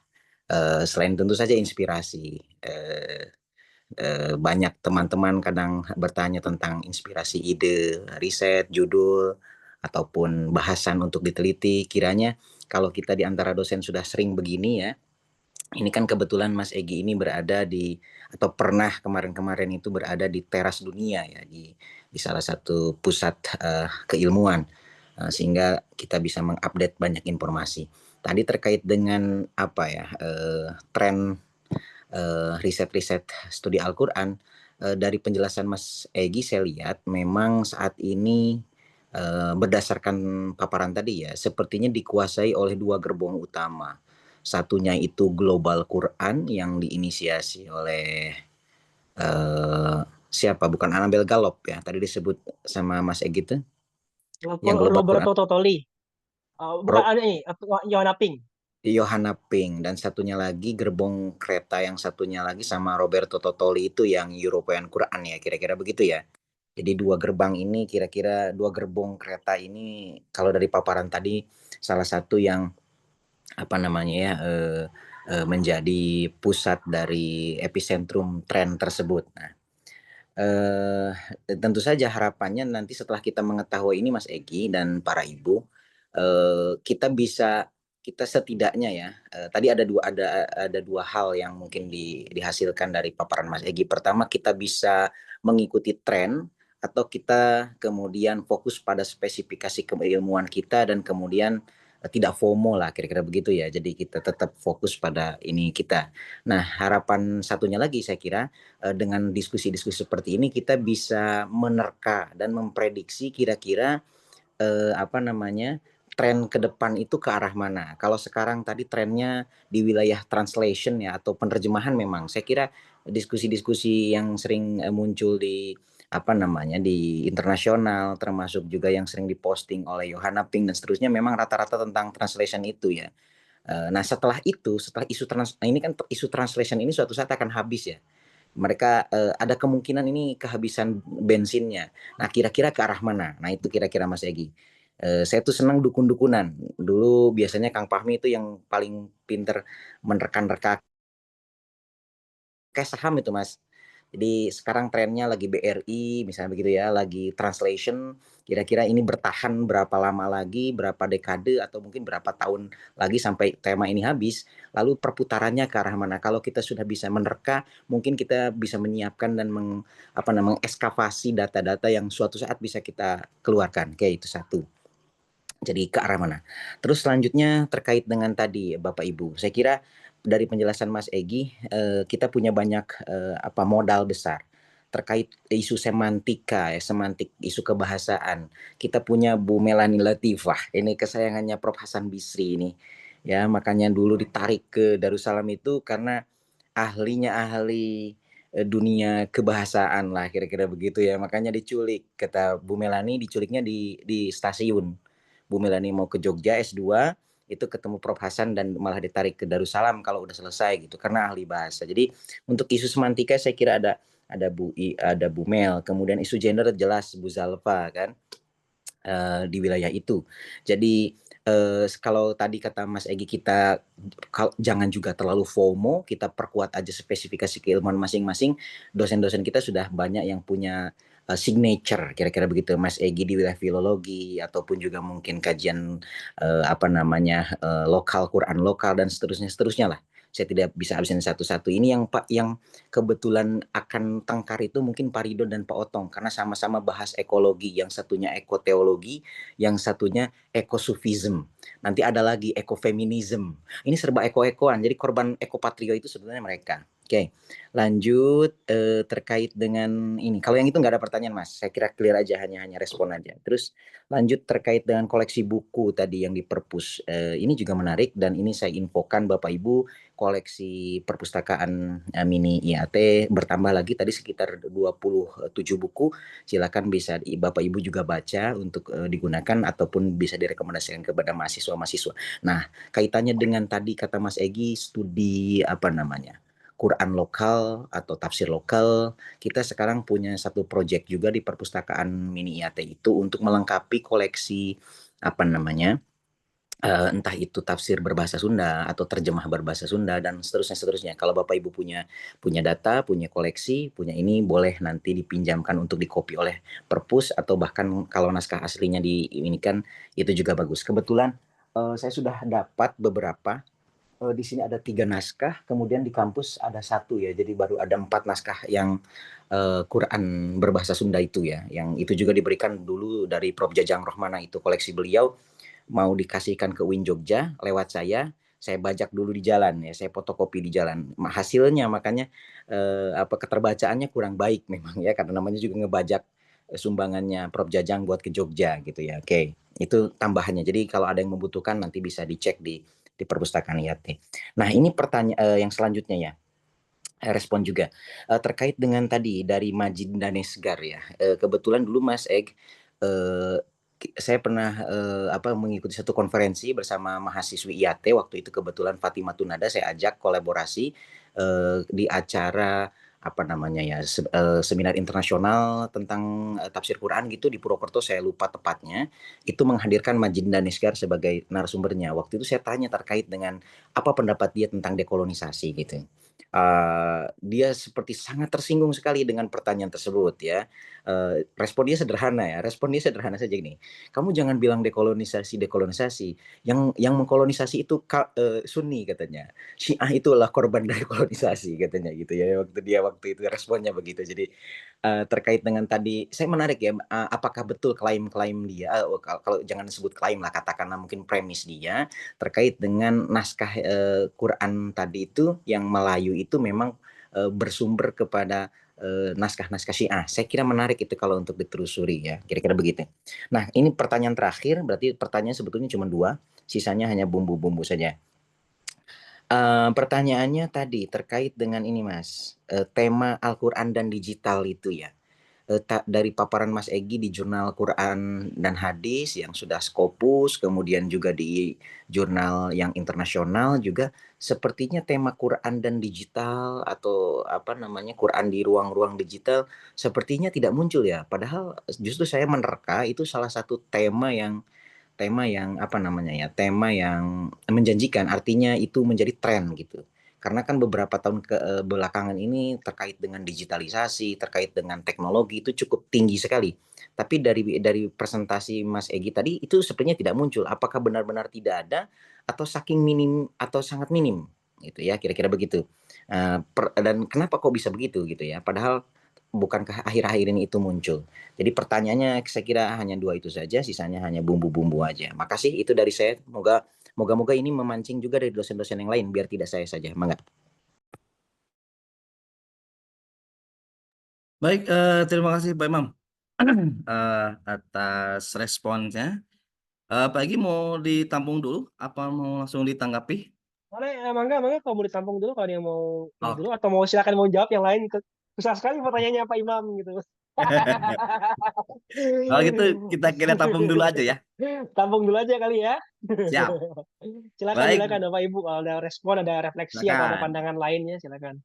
Bapak Ibu masih ada waktu, silakan. Yang lain. Pak Ridho sudah open mic. Bisa. Saya Silakan ini Pak Ridho. menarik sekali. Mohon izin Pak Labib dan Pak Kaprodi dan Bapak Ibu semuanya. Mohon maaf Pak Kaprodi, Pak Labib dengan Pak Egi, saya tadi telat ikut dulu tahlilan malam ke-7, lama ini. Tadi mungkin dengan Pak Fahmi. Eh, Terima kasih Pak Egi untuk eh, apa istilahnya ya, ini upgrade informasi dan wawasan mengenai studi Al-Quran. Saya kira ini Pak Egi dari informasi berbagai wilayah objek studi yang menjadi konsen kita ini, saya sangat membutuhkan ya. Alhamdulillah ada Pak Egi bisa mengakses dari dunia luar ya, khususnya dari dunia barat. Kalau saya mungkin saya terlalu kiri ini ya, ke timur-timuran. Maka alhamdulillah ya ada yang ke barat-baratan. Jadi ini menjadi sebagai satu penyeimbang. Makanya saya takut terlalu timur ya. Makanya mohon ditarik nanti oleh Pak Egi supaya saya bisa berada di jalur yang benar ya. Itu satu. Eh, Kemudian ini saya langsung saja mungkin ke pertanyaan. Saya ingin menarik tadi tentang tafsir Nusantara, khususnya dalam wilayah penerjemahan dan ya translate Al-Quran itu sendiri. Nah, ini untuk kategorisasi dari tafsir Nusantara, apakah tafsir tersebut harus berbahasa Nusantara? Bahasa maksudnya bahasa yang lingkupnya ada di lokal secara geografis di Nusantara itu sendiri. Contohnya misalkan gini, maksud saya seperti tafsir Al-Munirnya Syekh Nawawi Al-Bantani dengan Marah Labidnya itu kan berbahasa Arab. Nah, ini apakah tafsir ini masuk ke dalam tafsir Nusantara atau tidak gitu, Pak Egi? Walaupun beliau kan lama tinggal di Hijaz, uh, saya tidak disebut sebagai Saudi ya, Hijaz pada waktu itu. Eh, nah, ini beliau masuknya ke wilayah mana ya, tafsir beliau? Apakah harus memang tafsir ini berbahasa ya tadi berbahasa Nusantara itu sendiri, jangan berbahasa Arab? Mungkin itu singkatnya dulu ya, Pak Egi. Terima kasih Pak Labib. Mungkin biar saya nggak pusing ya menjawab pertanyaan-pertanyaan Pak dosen ini, saya merasa lagi merasa digojlokin ini sebagai dosen pemula, diuji betul nih. Terasa Terima munakos kasih yang Pak Egi. kedua. Enggak, Masya Allah. Iya, iya, Oke, iya. baik. Ya luar biasa ini pertanyaannya ini. Silakan lagi. Boleh kali ya saya jawab dulu ya. Pertama Boleh, boleh. dari Pak Imam, Pak Kaprodi, terima kasih banyak pertanyaan. Saya tangkap ada 3 sih pertanyaannya ya. Em, ada tentang Quran dan media, ada tentang tadi dekolonisasi dengan Majid tadi ya. Ada juga tentang apa ya, memproyeksikan atau menjadi seorang dukun yang menerawang ya masa depan studi Quran hari ini gitu. Kalau soal Majid ya saya kira tadi karena dia punya cara pandang yang spesifik, sangat spesifik. Epistemologi dia tentang studi Quran, juga tentang sejarah pengetahuan, dan juga tentang apa ya, sistem pengetahuan dan produksi pengetahuan ini itu sangat spesifik. Itu yang membuat dia sekarang geser kan dari Jerman, sekarang dia studinya ke Kyoto. Saya kira salah satu penyebabnya itu. Karena mungkin dia nggak punya teman di Jerman. Dugaan saya ya, nggak punya teman gitu. Karena orang-orang yang kayak dia keras sendiri itu tuh, tapi nerdy tapi keras, terlalu keras tuh saya kira agak susah dapat teman kalau di Eropa. Tapi di Kyoto dia sama ketemu orang-orang yang nerd juga kayak Finner, kayak ya kayak Midori Kawashima itu kan memang ya teman-temannya lah saya kira. Pandangan dia tentang bahwa Sunni menjadi koloni Syiah itu kan lagi-lagi kita pernah diskusi itu, saya kira saya sepakat ya. Saya sepakat bahwa dalam beberapa aspek itu Sunni tanda petik mengkoloni, dalam arti dia punya otoritas yang abundan atas kelompok-kelompok dan teologi lain gitu. Tapi bahwa kategori koloni sendiri digunakan untuk merujuk pada power, saya kira kurang pas lagi-lagi. Kalau kita bilang bahwa Sunni menghegemoni, iya. Tapi bahwa Sunni itu koloni, saya kira enggak juga gitu. Toh di banyak belahan dunia itu Sunni dan Syiah itu bukan kategori yang sangat kaku ya, saya kira. Misalnya di Jawa Timur itu kan enggak sama sekali enggak kaku gitu. Ya ada sih fatwa MUI Sampang yang memfatwakan haram Syiah di tahun 2005 apa ya itu, tapi itu sebuah kejadian yang tidak terulang lagi, terutama semenjak meningkatnya kelompok pencinta Ahlul Bait ya, kelompok majelis Ahlul Bait, pencinta pencinta habaib juga, saya kira itu membuat tadi dikotomi Syiah Sunni berkurang. Neo Khawarij dan lain-lain, teologi-teologi kategori kalam lain sudah mulai juga muncul sehingga semakin kaya, tidak hanya Sunni Syiah dan Khawarij saja, tapi juga banyak kategori lain. Tapi nanti mungkin yang akan membahas ini lebih panjang Pak Fahmi ya.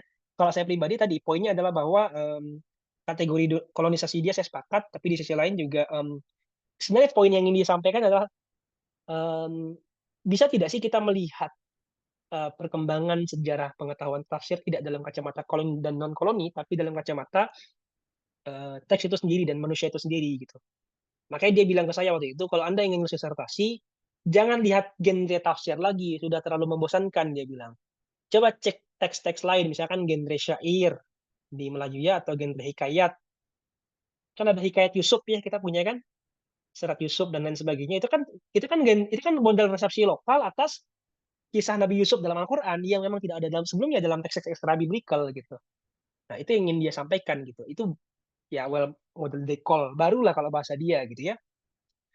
Buku baru dia tahun 2025 tentang Durrul Majalis juga saya kira itu pandangan yang sama tentang bagaimana teks dari Farsi menempati tempat yang istimewa di Asia Selatan, Asia Tenggara, dan Afrika Selatan, serta Asia Tengah gitu ya.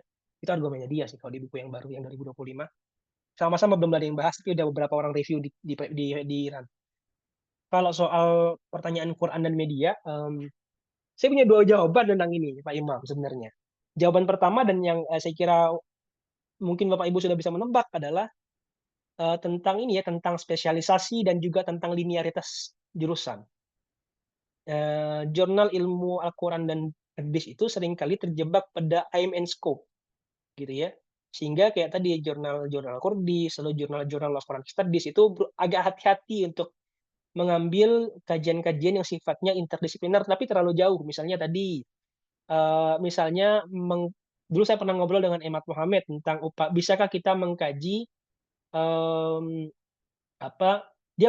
sebagai contoh ya dia mengkaji Nahjul Balaghah tentang tentang otentisitas Nahjul Balaghah menggunakan bahasa komputer gitu. Dia input ke komputer, kemudian dia cek konsistensi bahasanya. Nah, komputer bilang kalau ini bahasanya konsisten satu orang. Walaupun kata komputer dalam bahasa C+ ya, dia bilang komputer tidak bisa mengecek apakah teks ini satu sezaman dengan Ali bin Abi Thalib, nomor dua ditulis oleh Ali bin Abi Thalib. Tidak bisa dikonfirmasi. Tapi setidaknya komputer bisa membuktikan bahwa Nahjul Balaghah murni dari pencampuran literatur maupun dari campur tangan orang lain. Nah, pertanyaan saya, bisa tidak metodologi yang sama digunakan pada Al-Quran? Jawaban Emad, nggak boleh. Ada dua jawaban di situ. Jawaban, kalau benar Al-Quran itu tidak ada campur tangan, ya alhamdulillah, syukur. Tapi kalau misalkan salah gimana? Bahwa Quran ternyata ada campur tangan, mohon maaf nih, ada campur tangan, ada perubahan, ada inkonsistensi, ada dua atau lebih penulis Al-Quran tanda petik. Kita akan bilang apa gitu ya? Nah, maka kalau kata Emad, secara etik, kalau itu terjadi, kalau opsi yang kedua yang terjadi, maka yang salah itu bukan temuannya, tapi yang salah adalah metodologinya. Tapi lagi-lagi itu problem linearitas saya kira. Nah, yang jawaban nomor dua untuk ini, yang jawaban yang bukan mainstream ya saya kira, bukan tentang linearitas, adalah jawaban tentang menurut saya kemunduran kajian tentang tafsir digital atau apapun itu. Di awal-awal kan dulu di tahun 90-an ketika beberapa tokoh memperkenalkan, saya lupa lagi tokoh yang memperkenalkan Islam in New Media itu, Geriban belum masuk itu bahkan. Saya lupa ada 3 orang yang nulis itu, Islam in New Media. Itu ada istilahnya kan digitalisasi dan otorisasi dan membangun otoritas baru ya. Lalu muncul kajian kayak Brian Turner dan lain sebagainya di tahun 2000-an, lalu 2010-an tentang diotorisasi. Geriban akhirnya masuk. Heidi Campbell masuk, Stig Harvard masuk ya, tentang diotorisasi. Maksudnya apa? Munculnya figur-figur karismatik baru yang menafsirkan Al-Quran, memproduksi dan mensirkulasi tafsir-tafsir baru atau pemahaman baru atas Al-Quran di luar tradisi ortodoks. Dan itu muncul di dunia media gitu ya. Lalu ada gelombang ketiga. Gelombang ketiga ini muncul kalau nggak salah di era-era COVID gitu. Lebih maraknya, walaupun originnya kayak dugaan saya lebih awal. Tapi maraknya ketika COVID 2020 ke atas itu ramai tentang reclaiming religious authority in new media, tentang mengklaim otoritas, tentang bagaimana tokoh-tokoh klasik ya, misalkan kayak Gus Mus, Gus Baha dan lain sebagainya yang kita anggap sebagai tokoh ortodoks, bagian dari kelompok Sunni, Asy'ari, Syafi'i gitu ya, itu mengklaim otoritasnya lewat medsos, di YouTube, live streaming, main TikTok, main Instagram, ada timnya, estetik juga, manajemen medianya dan lain sebagainya, main hashtag gitu ya. Nah, makin kesini tuh makin nggak jelas arah kajian tafsir media. Ujung-ujungnya gitu doang, tentang digitalisasi, otorisasi, deotorisasi, reotorisasi. Muter di situ aja gitu. Kita belum menemukan pola baru karena apa? Rata-rata pengkaji kajian Quran dan media tidak menguasai bahasa pemrograman. Itu juga kritiknya Imad Muhammad dan Yusuf Celik. Kita hanya bisa melakukan kajian let's say maksimal saya kira ya analisis wacana kritis ya, AWK, CDA, critical distress analysis 1, analisis wacana nomor 1, nomor 2 semiotika, nomor 3 mentok ya, paling satunya lagi kalau pengen ditambah juga boleh itu analisis, saya bilang analisis konten, manajemen konten jatuhnya. Analisis konten tadi kan sudah ada tuh AWK. Nomor 3 manajemen konten gitu ya. Itu juga udah kayak bisa juga kan kategori ketiga, karena kita juga yang bisa kita lakukan hanya itu aja. Toh kita tidak dilatih bahasa pemrograman. Makanya ketika ada anak-anak SMK ya, mahasiswa kita yang dari SMK terutama dari jurusan ilmu komputer, TIK dan lain sebagainya, selalu saya encourage tuh, kamu baca ini, terjemahkan nggak apa-apa asal kamu paham. Saya kasih contoh-contohnya ini, kamu bisa melakukan ini. Dan itu sangat tertarik tuh. Oh Pak, saya ternyata tapi temuan saya di lapangan, ternyata anak-anak SMK juga nggak bisa bahasa pemrograman. Python nggak bisa, C++ nggak bisa, yang bisa apa? Masang WiFi masalahnya. Servis komputer, itu yang saya pusing juga. Ekspektasi saya tadi bisa bahasa pemrograman, karena ketika saya dulu mondok, saya kan di Alia, ada juga SMK sih, tapi ternyata di SMK saya dulu diajarin bahasa Python gitu ya, Python dan C++ dan R. Tapi ternyata di pondok-pondok lain ternyata nggak diajarin gitu. Jadi lebih ke tadi service yang sebenarnya praktikal. Lebih gampang dicarikan uang kan. Kalau belajar bahasa baru itu kan susah gitu ya. HTML, Python, R, C++ kan capek belajar bahasa. Tapi itu saya kira bisa tetap di-encourage sih. Karena ada beberapa mahasiswa kita yang punya basicnya. Tinggal nanti diasah lagi aja. Menjawab pertanyaan sebelum menjawab pertanyaan terakhirnya Pak Imam ya tentang mendukun ya. Saya kira saya perlu jawab pertanyaan Pak Rida. Tapi saya mohon izin share screen lagi Pak kalau boleh. Sedikit saja, 1 slide atau 2 slide saja tentang definisi tafsir Nusantara yang saya pahami ya. Karena saya ngajar mata kuliah itu di semester 7. Bagi saya definisi tafsir Nusantara bukan ini. Ada 3 definisi tafsir Nusantara hari ini. 1, tafsir yang ditulis di Nusantara, artinya kapan dia ditulis atau kapan dia dicetak, itu tafsir Nusantara. Kalau tadi definisi Pak Ridho yang kedua, bahasanya ya kan kategori bahasa, dia harus berbahasa Nusantara. Nah, gimana kalau misalkan Marolabi dan lain sebagainya yang berbahasa Arab? Nggak masuk kategori dong misalnya. Atau misalnya tafsirnya siapa ya, Al-Marbawi, ada juga beberapa yang berbahasa Arab, ada juga tafsirnya Ahmad Son Haji dari Thailand, ada yang berbahasa Arab, ada yang Melayu, atau tafsirnya Osman bin Syahabuddin Al-Funtiani dari Pontianak, well ada yang bahasa Arab, ada yang bahasa Melayu, itu gimana dong? Apa kita pilah-pilah aja? Nah, menurut saya kategori tafsir Nusantara itu bukan kategori, lagi-lagi bukan kategori geografis, dia bukan kategori lingua, bukan kategori bahasa, pun bukan kategori subjek. Jadi dia bukan di tafsir Nusantara itu bukan tafsir yang ditulis oleh orang Nusantara. Ini kategori yang paling sering kita pakai, tafsir Nusantara dan tafsir yang ditulis oleh orang Nusantara. Walaupun agak anehnya kategori ini kita pakai untuk Araniri. Araniri kan lahir bukan di Nusantara. Bapak ibunya bukan orang Nusantara. Ya kan dia orang India, gitu ya. Nah, tapi agak dipaksakan. Makanya kemudian ketika orang menggunakan kategori nomor 2 yang paling populer, mereka akhirnya nambah Araniri dengan pakai kategori pertama, geografis. Orang nulis di Aceh. Ini kayak inkonsistensi. Nah, Andrew Pickett kemudian di tahun 2024 dia buat kategori keempat. Ini yang saya pakai hari ini. Ketika saya mereview buku ini terbit di Kyoto ya, Arabic Literary Culture in Southeast Asia in the 17th and 18th Century. Dia bilang kalau kategori tafsir Nusantara adalah tafsir yang dibaca oleh orang-orang Nusantara. Bahasanya apa terserah. Kok begitu? Karena lihat saja koleksi tafsir-tafsir di Kesultanan Banten. Mayoritasnya bahasa apa? 2 bahasa. Pasti Arab dan Jawa. Bahkan Sunda sedikit sekali, Pak. Banten loh padahal. Ya. Nah kalau gitu berarti bukan Kesultanan Jawa dong, dia Kesultanan Arab dong. Kalau misalkan walaupun namanya Banten ya. Gitu kalau kita pakai kategori bahasa. Lagi-lagi itu yang membuatnya menarik gitu. Tentang bahwa tafsir regional itu bukan tafsir, itu kategori menarik ya. Sama, mungkin tafsir yang disebut sebagai tafsir Eropa itu bukan tafsir yang ditulis oleh orang Eropa atau berbahasa Eropa atau ditulis di Eropa, tapi tafsir yang dibaca oleh orang Eropa. Walaupun lagi-lagi ini debatable dan terlalu luas, tapi ini kategori baru yang menurut saya menarik. Karena pada akhirnya ketika dibaca oleh orang itu akan menginspirasi produksi pengetahuan baru oleh ulama-ulama Nusantara belakangan ya. Saya kira itu. Lalu untuk menjawab pertanyaannya Pak Imam ini mendukun ya, menebak. Saya kira moderasi beragama akan mundur, Pak. Nggak akan laku lagi. Kita udah tahu kan sekarang. Moderasi beragama udah nggak laku, tafsir-tafsir moderat udah nggak laku. Mungkin saya kira aktor utama di prodi kita adalah Pak Rido dan juga Pak Otong. Kalau dugaan saya ya, karena kajian ekoteologi, ekosofisme lagi naik daun nih, iya kan?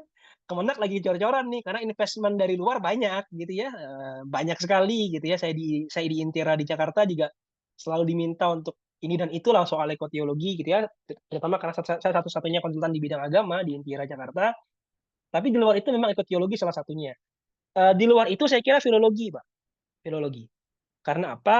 Tidak tadi kan Pak Imam menyebutkan dua kategori, ada Glokur, ada Eukur kan, ada Global Qurannya Naping, ada European Qurannya Roberto Total dan tim. Nah, di tahun 2045 ini yang dapat dana dari EU itu tidak hanya dua orang itu. Ada dua kategori lagi. Satu kategori itu tentang kajiannya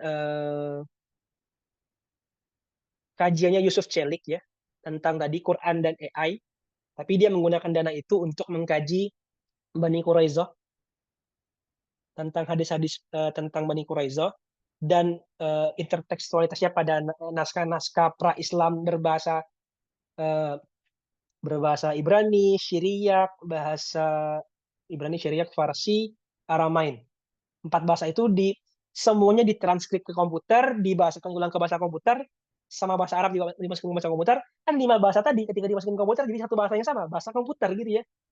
Akhirnya ketika diproses jadi gampang gitu memproses datanya. Dan sekali, itu Yusuf Celik. Yang keempat, yang orang lupa, Maran van Putten juga dapat dana. Maran van Putten. Marijen van Putten. Marin, orang nyebutnya Marin. Anak-anaknya nyebutnya Marin. Ya, Marin van Putten dari Leiden dapat juga. Dia filolog. Makanya saya bilang filologi salah satunya masuk, saya kira. Tapi di luar itu, saya kira lagi-lagi ya, kalau di Indonesia, terjemah itu lagi naik daun, Nonetici dananya gede sekali, dan itu selalu ngundang orang Indonesia. Yohana Ping juga selalu ngundang orang Indonesia. Hampir tiap setahun atau 2 tahun sekali orang Indonesia diajak buat S3 dengan dia. Ronit Ricci itu menyekolahkan Duha, lalu postdoc Pak Arif Maftuhin sama Mas Duha, sama Mas Fadli gitu ya. Kalau Bu Yohana tadi terjemah, tapi yang lain-lain saya kurang tahu. Tapi saya kira apapun kajian Bapak Ibu tetap bisa masuk jurnal Sinta 2, Sinta 1 selama tadi proper datanya dan lain sebagainya. Tapi saya kira kata kunci nanti yang juga Pak Lalit akan tekankan adalah bahwa Anda harus ikut bias lingkung, itu aja. Ikut bias lingkung, ya itu insya Allah masuk. Itu insya Allah masuk. Tapi ya itu dulu Pak, Bapak Ibu, mohon maaf kalau misalkan terlalu bulat ngomongnya. Kalau ada pertanyaan atau ada bantahan, monggo Bu, Pak, masukannya. Baik, terima kasih Pak Egy. Saya kira sudah sangat to the point sekali jawaban dari Pak Egy terkait dengan pertanyaan-pertanyaan dari Pak Imam dan Pak Ridho. Baik, selanjutnya masih ada berapa menit sebelum kita tutup dari Bapak-Bapak Ibu-Ibu yang lain atau mungkin dari Pak Imam, dari Pak Ridho ingin menanggapi lagi, memberikan feedback terkait tadi jawaban dari Pak Egy atau dari Bapak-Bapak Ibu-Ibu yang lain silakan. Masih ada beberapa menit sebelum kita tutup. Maksimal kita sampai jam 10, tapi kalau memang sudah tidak ada kita bisa tutup. Tapi saya berikan lagi kesempatan kepada Bapak-Bapak Ibu-Ibu untuk mengajukan pertanyaan atau mungkin respon terhadap apa tadi yang telah disampaikan oleh Pak Egy. Silakan. Bu Mel sudah open mic, silakan Bu Mel. Kelihatan. Assalamualaikum Pak Egy. Kenalkan saya Melani, saya juga dari UIN Jogja nih, S1, S2. Kebetulan saya satu angkatan sama Duha juga. sedikit sharing, bukan bertanya sebenarnya, ini sharing aja gitu ya. Jadi S2 itu saya angkatan pertama di Hermeneutika Al-Quran, gagasannya Pak Sahiron. Itu saya angkatan pertama bareng, ya kalau Mas Duha itu kan di kajian gender ya, tapi kita sering ketemu gitu. Nah, saya ingin sharing, saya itu ada satu mata kuliah tentang tafsir Nusantara.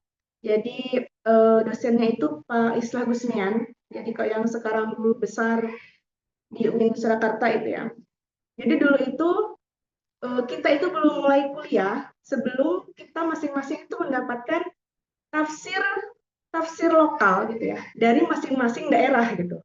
Jadi dulu jadi satu kelas itu yang dari Jawa Barat itu cuma saya gitu. Jadi saya dituntut untuk menemukan tafsir lokal dari Nusantara gitu kan, yang berasal dari Jawa Barat.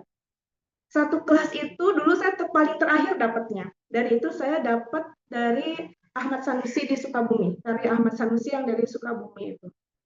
Karena waktu itu saya agak kesulitan, saya cepat ke Ciamis juga, bahkan ke pasar-pasar, ke toko-toko kitab gitu. Dulu itu waktu S2 itu saya ingat sekali perjuangan mendapatkan kitab itu. Jadi Pak, yang pada akhirnya itu di ACC, kemudian saya juga ada, kalau dulu itu di Pasca itu, kalau mau sebagai syarat wisuda itu kan harus ada tulisan ya, entah itu jurnal atau hanya sekedar buku antologi. Nah, dulu itu saya buat antologi tuh, kumpulan tulisan sama Mbak Kipti ada, kemudian saya, Mbak Imas, dan sebagainya.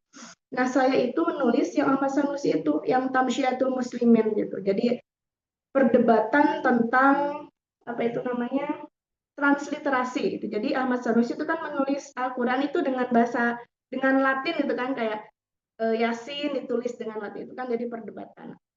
Nah, itu akhirnya terbit jadi syarat untuk lulus itu dan sebagainya. Nah, sharing saya itu kemudian kan saya lulus, kemudian saya menikah, punya anak dan lain sebagainya. Mungkin problematik ibu-ibu gitu ya, entah cuma saya atau yang lain juga saya entah nggak paham ya. Setelah lama gitu ya, mungkin problemnya itu mungkin juga sebenarnya sama dengan mahasiswa gitu ya, bukan hanya mahasiswa saja yang mencari celah gitu kan. Padahal dosen juga kan perlu wadah seperti ini. Terima kasih Pak Imam telah memberi wadah gitu kan untuk saya khususnya atau teman-teman yang lain yang merasa bahwa udah kelamaan nih hibernasinya atau makan mungkin koma atau apa, saya entah Pak, nggak paham juga ini ya gitu. Jadi yang saya ingin sharingkan adalah bagaimana gitu Pak memancing lagi gitu kan, karena seperti dari awal lagi gitu kan, dan terpancing lagi dengan kehadiran Pak Egi gitu kan. Jadi bahannya sudah ada, kitab-kitab Ahmad Sanusi saya bahkan 30 juz itu saya punya itu Pak. Waktu itu yang per surat Yasin, Al-Waqiah, Al-Mulk, semua itu tulisan Ahmad Sanusi saya ada gitu. Bahannya itu sudah ada gitu. Jadi perlu memantiknya itu loh yang ya Allah kadang sulit gitu. Jadi kadang membimbing mahasiswa itu sama dengan keadaan gelisah juga gitu sebenarnya.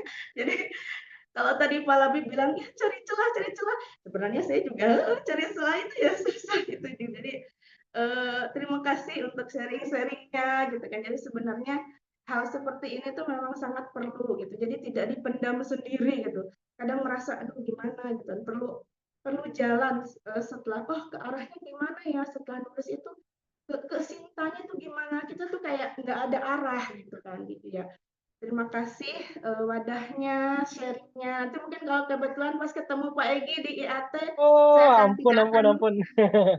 tidak akan sungkan lagi nih untuk Pak Egi gitu kan, say hi, kemudian ngobrol. Iya, Kalau awal-awal kan masih sungkan gitu kan, masih nggak enak kayak belum kenal gitu kan. Jadi sekarang terima kasih gitu kan sharingnya. Bahkan saya tuh pas entah ya kalau sekarang itu kalau di Pasca sering ada dosen tamu atau tidak. Waktu saya itu dosen tamunya Pak Munim Siri itu langsung. Oh ya. Jadi satu semester itu saya diajar sama Pak Munim gitu. Jadi sebenarnya saya bertemu orang-orang keren, tapi sayangnya kayak ya Allah kayak gitu. Gitu. Sampai sekarang pun dipertemukannya sama yang keren-keren, Pak Imam, Pak Labi, Pak Egi, kemudian Pak Fahmi gitu. Tapi ya Allah harus dipancing lagi gitu. Nah mungkin itu nanti kalau bertemu Pak Egi gitu kan, mungkin saya tidak sungkan untuk minta sharingnya gitu. Kayak senior sih senior, tapi sebenarnya lebih Egy gitu kan. Bu. Mungkin itu Sebenarnya aja. Terima kasih. sebenarnya enggak sih Bu. Makasih banyak Bu Melani atas sebenarnya curhatan dan cerita sharingnya ya. Saya senang sekali Bu. Sebenarnya saya juga punya curhatan gitu ya. Saya lagi bimbing masa semester 7 skripsi ini. Nah, itu mahasiswi namanya Ika. Nah, dia bahas Ahmad Sanusi gitu. Dia pengennya dibimbing sama Bu Melani, dikasih sama Pak Kaprodi ke saya. Saya kan bingung ya. Saya nggak bisa bahasa Sunda deh, gimana dong gitu. Saya selalu bilang ke Ika, bagaimanapun ceritanya, saya ini memang outsider, saya nggak bisa bahasa Sunda. Kalau baca pegon bisa gitu. Jadi kalau misalkan baca pegon teks sama Sanusi, saya bisa Bu. Yang pegon misalkan yang tafsir al-Mulk gitu ya, saya bisa. Tapi kalau menjelaskan sejarah tafsir Sunda, menjelaskan perkembangan bahasa Sunda, ya saya nggak paham gitu. Saya selalu bilang, Anda harus konsultasi selalu ke Bu Melani, Anda selalu konsultasi ke Pak Imam dan para yang memang menguasai kajian tafsir Sunda gitu ya. Karena ini pengalaman baru saya membimbing mahasiswa, tapi topiknya tafsir Sunda, Bu. Jadi ketika sebelum-sebelumnya itu topik-topiknya biasanya topik-topik yang berseputaran tentang hermeneutika atau living gitu ya. Kalau di Jogja juga biasanya saya pembimbing bayangan untuk kajian living biasanya. Sekarang malah kajian tafsir Sunda gitu. Itu hal yang baru gitu. Tapi itu cerita yang makasih Bu. Tadi saya dengar ada yang menarik Bu. Saya boleh klarifikasi nggak? Berarti tadi Ahmad Sanusi itu ada nulis tentang perdebatan penggunaan huruf Latin ya dalam penafsiran Iya, Al-Qur'an. iya. Gitu ya? Ya, Oh, itu gitu. ada Gimana? kitabnya namanya Tamsyiatul Muslimin itu Pak. Jadi isi kitab itu tuh perdebatan pro kontra ulama pada waktu itu tentang transliterasi gitu. Jadi transliterasi bahasa Arab yang dilatinkan, bahkan dicap murtad pada waktu itu Ahmad Sanusi itu diperdebatkannya itu. Jadi apa namanya ya itu pada apa namanya awal mulanya perdebatannya itu tentang huruf Arab yang dianggap ya bahasa Al-Qur'an gitu ya, bahasa apa huruf Al-Qur'an gitu yang dilatinkan. Nah, itu kan diharamkan pada waktu itu karena apa tujuan Ahmad Sanusi itu untuk agar supaya semua kalangan itu bisa membaca Al-Qur'an tanpa ada kendala gitu. Itu tujuannya. Tapi kan banyak dikhawatirkan dan diperdebatkan pada waktu itu. Kitabnya itu Tamsyiatul Muslimin itu, Pak. Ada namanya. Iya, itu saya sepakat ya. Jadi ada dua artikel yang senada dengan Ibu nih. Jadi kalau di Asia Tenggara itu ada Philip Bruckmeyer namanya. Dia meneliti tentang hubungan antara runtuhnya tradisi penulisan dalam aksara Jawi di Kamboja ya dengan apa ya kemerosotan komunitas Muslim di Kamboja. Dia bilang bahwa tadi karena orang-orang merasa sulit belajar bahasa Jawi kan huruf Jawi itu kan susah ya, terutama bagi non Muslim gitu sehingga tadi cari alternatifnya apa huruf Latin lebih gampang katanya.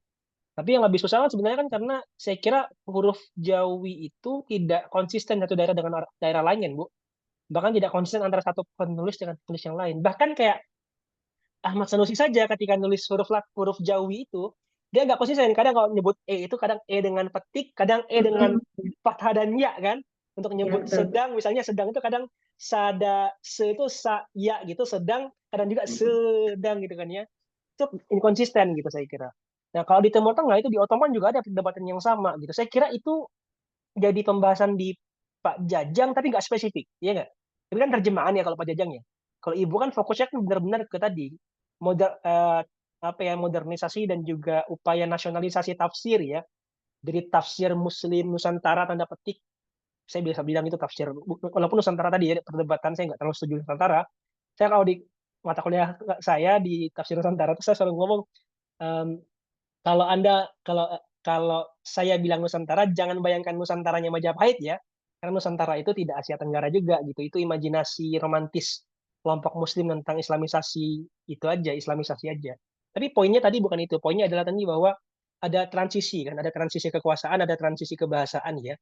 Pak Islah juga saya kira dulu tentang itu di disertasinya tentang keruntuhan aksara Jawi.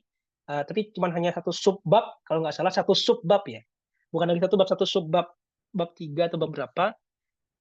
Kalau kalau di Turki itu Basaran yang nulis tentang itu tentang decline of karena kan Ottoman juga sama Bu. Ottoman itu ada bahasa Ottoman, ada bahasa Turki. Nah, Ottoman itu dengan huruf Arab, Turki itu dengan Latin gitu ya. Nah, munculnya kurang lebih kita sama. Munculnya itu kan ketika pan Turki kan ya. Pan Turki itu di 1920-an, 20 sekian saya gak jauh beda dengan lagi-lagi Sumpah Pemuda dan Pan-Indonesianisme gitu ya, 1928 Sumpah Pemuda, tapi idenya sama saya kira. Tapi kalau misalkan di Turki itu formalnya 1911 sih, Hari Nasional Bahasanya. Jadi saya kira itu jadi topik disertasi Bu, kalau emang Ibu seriusin itu keren itu. Iya serius loh, iya nggak? Itu keren itu kalau emang diseriusin ini tentang transisi modernitas dan juga tentang nasionalisme, nasionalisasi tafsir Sunda ke tafsir sebagai tafsir Indonesia itu keren sekali itu. Keren. Masuk sedikit Mas Egi, Bu Melani, Pak Labib, kayaknya menarik barusan, selain tadi bahwa Bu Melani cerita tentang itu sebagai bentuk izin ke Pak Otong karena mau lanjut S3, sebetulnya itu Pak Egi barusan tuh ngomong itu naskahnya beliau yang akan dijadikan proposal untuk beliau S3 itu sebetulnya. Tapi saya juga keikutan bahasanya Pak Egi, bukan itu poinnya, tapi poinnya adalah bahwa tadi di bukunya Prof. Jajang menyinggung terkait dengan terjemahan Al-Quran yang disusun oleh Ahmad Sanusi. Ini ada dua orang, ada Ahmad Sanusi dengan Ahmad Sanusi. Nah mungkin Ahmad Sanusi yang dimaksud Bu Melani dan Pak Egi dan yang kita bincangkan ini adalah yang memang menjadi tokoh pendiri Persis itu ya, yang berasal dari Singapura itu kalau tidak salah. Jadi masih bangsa Hadrami itu kalau tidak salah. Terus di buku itu juga saya bosan cari-cari bukunya tapi keselip nggak tahu kemana. Di bukunya Prof. Jajang itu dia cerita bahwa Ahmad Sanusi ini buat dua versi, yang satu berbahasa Melayu juga sudah Latin dan yang satunya berbahasa, saya lupa apakah justru yang satunya Pegon atau yang satunya Melayu dan yang satunya itu Latin Indonesia gitu. Jadi memang trennya di karangan modernis itu, kalau premis ataupun ya kesimpulan dari bukunya Prof. Jajang itu kan berusaha memodernisasi ya, karena kelompok kaum modernis ini ingin berbeda dengan kalangan tradisional, bahasanya Prof. Jajang kan begitu juga. Nah ini saya kira nanti Bu Melani bukunya nanti saya boleh pinjamkan. Ada sebagai anggota perpustakaan mini library, kira-kira begitu. Promo lagi biasa. Ya, demikian. Mohon maaf saya masuk ya. Mohon maaf. Ya, Oh lanjut. tapi Pak Imam itu kan sudah mereview bukunya Pak Jajang sebenarnya ya di Yep. forum Lingkar Baca Nun. Sayangnya belum diterbitkan Pak. Itu gimana ini? Eh, Hanya mereview tidak menerbitkan. Ini kita perlu baca juga refleksi dan pemikiran Pak Imam terhadap bukunya persis. Pak Jajang gitu. Ya menarik. Begini Mas, Jaya juga kaget ya waktu itu sama Mas Fadli itu dikontak untuk mengisi acara ayat waktu itu. Mungkin dilalah waktu itu saya memang mereviewnya dalam versi medsos ya. Jadi saya mereview tulis bukunya Prof. Jajang karena baru hangat keluar, saya posting di Facebook ya. Nah, saya juga kepikiran betul, karena kalau tradisi dulu di jurnal-jurnal itu tidak hanya ada artikel jurnal ya Mas ya, kalau tidak salah ada tradisi menulis book review gitu. Kalau sekarang kan tren itu juga sepertinya tidak di semua jurnal, hanya jurnal-jurnal tertentu saja. Jadi saya juga sedang belajar tentang itu, bagaimana membuat book review, dan rencananya Mas Egi untuk yang jurnal Irfani selain ada artikel jurnal juga kita pengen ada satu dua ya Alabib ya, ada satu dua isian terkait dengan book review. Insya Allah ditunggu aja Mas versi book reviewnya ya. Ya insya Allah. Baik, terima kasih Bu Mel, Pak Imam. Mungkin tadi takut terlewat Pak Egi. Jadi Bu Mel tuh ada tadi yang saya dengar tuh pantikannya gimana? Jadi memantik supaya bisa, mungkin ya kalau membaca mungkin kita juga sebelum sebelum mungkin masuk ke kelas juga kita baca gitu. Tapi mungkin untuk meneliti, mungkin untuk melakukan penelitian riset itu pantikannya seperti apa dan bagaimana? Mungkin sharing dari Pak Egi seperti apa dan bagaimana? Kayaknya Bu Mel tadi penasaran di situ juga. Saya kira ini ya, saya kalau dibilang pakar mencari celah juga enggak sih Pak. Gitu enggak ya. Cuman kalau disuruh sharing gitu. Mahasiswa Pakar saya mencari biasanya masalah kayaknya. ya mencari masalah gitu. Pembuat masalah, pembuat onar gitu. Tapi saya kira poinnya itu ya.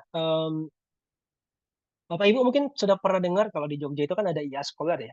IA Scholar itu kan diriannya Irwan Abdullah. Dia ini kan saya sebutnya sebagai makelar ya.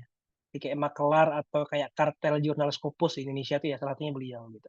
Ada jejaringnya Pak Bu. Nanti kita akan ngobrol lagi di sesinya Pak Labib terutama karena ini menyangkut tentang tadi akreditasi dan juga tentang high index artikel jurnal ya. Tapi tips dia untuk menemukan celah itu menurut saya menarik gitu ya.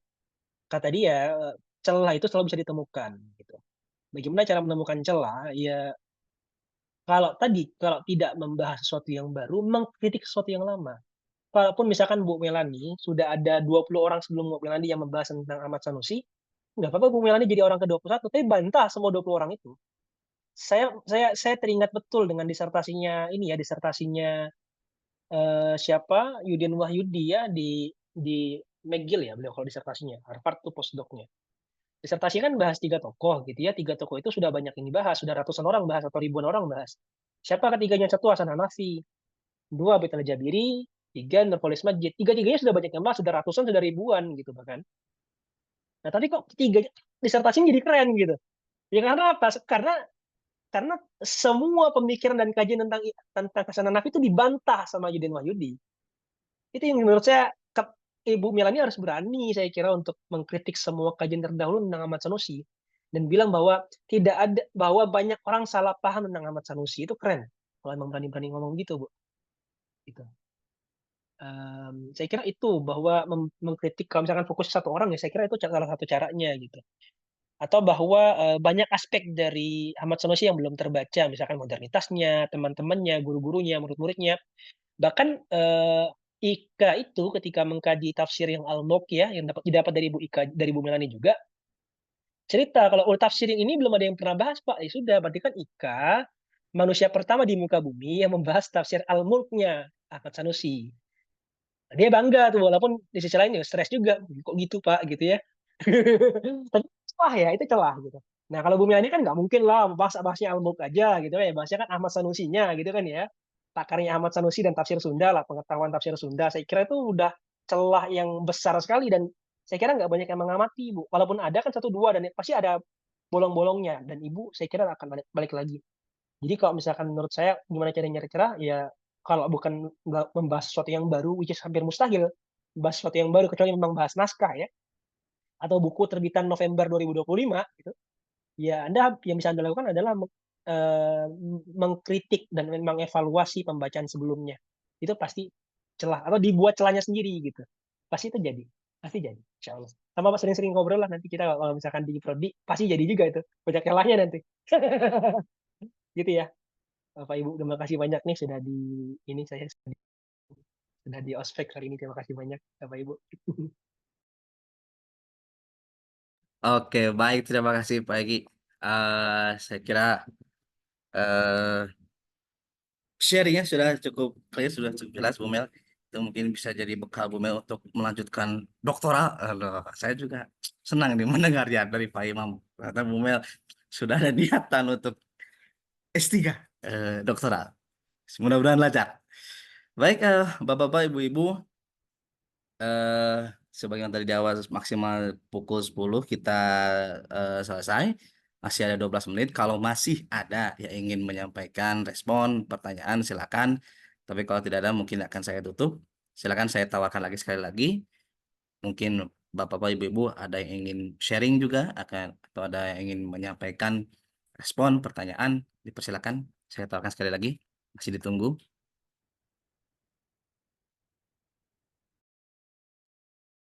Kalau dirasa cukup ini.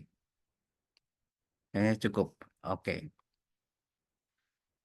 Baik, kalau memang sudah tidak ada lagi yang ingin direspon, disampaikan atau di-sharing pada pertemuan PKD, peningkatan kompetensi dosen di Prodi AT untuk pertemuan minggu pertama kali ini, saya kira cukup sekian. Saya tidak akan menyimpulkan. Saya kira mungkin Bapak Ibu juga bisa mendapatkan insight, mendapatkan wawasan yang saya kira juga memperkaya.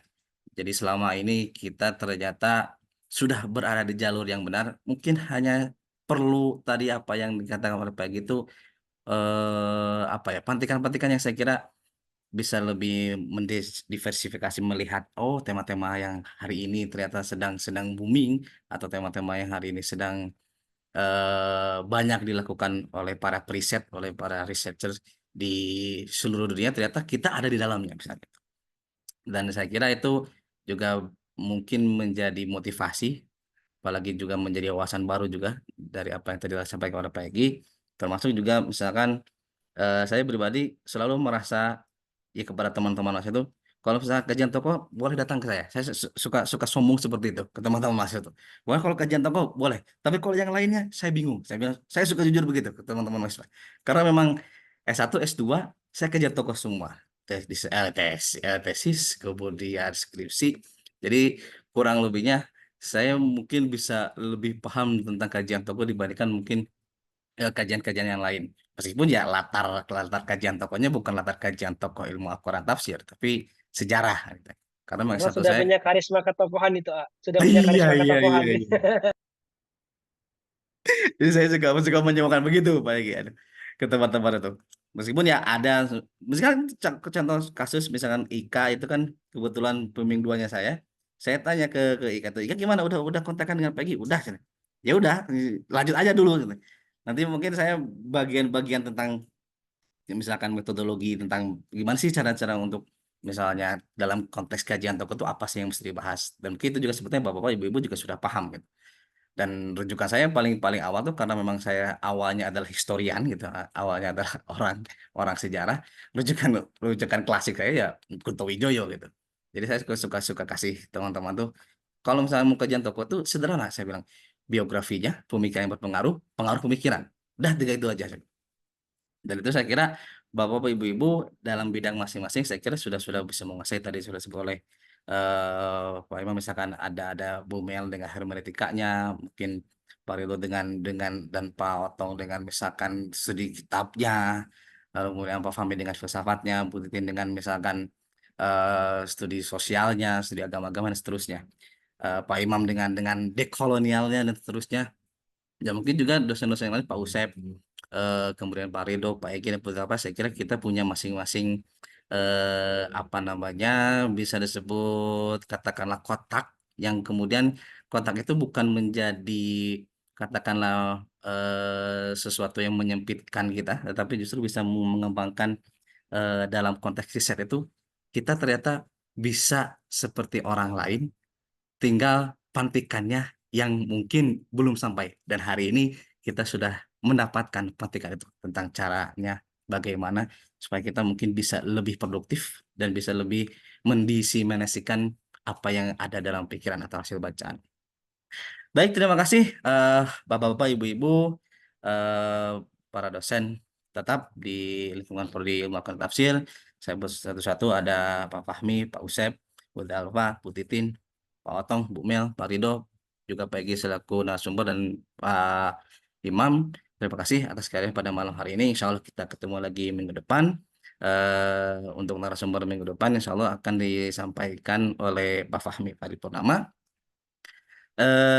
Sekian saya kira waktu juga sudah larut. Mudah-mudahan ada manfaatnya. Insya Allah kita ketemu lagi minggu depan.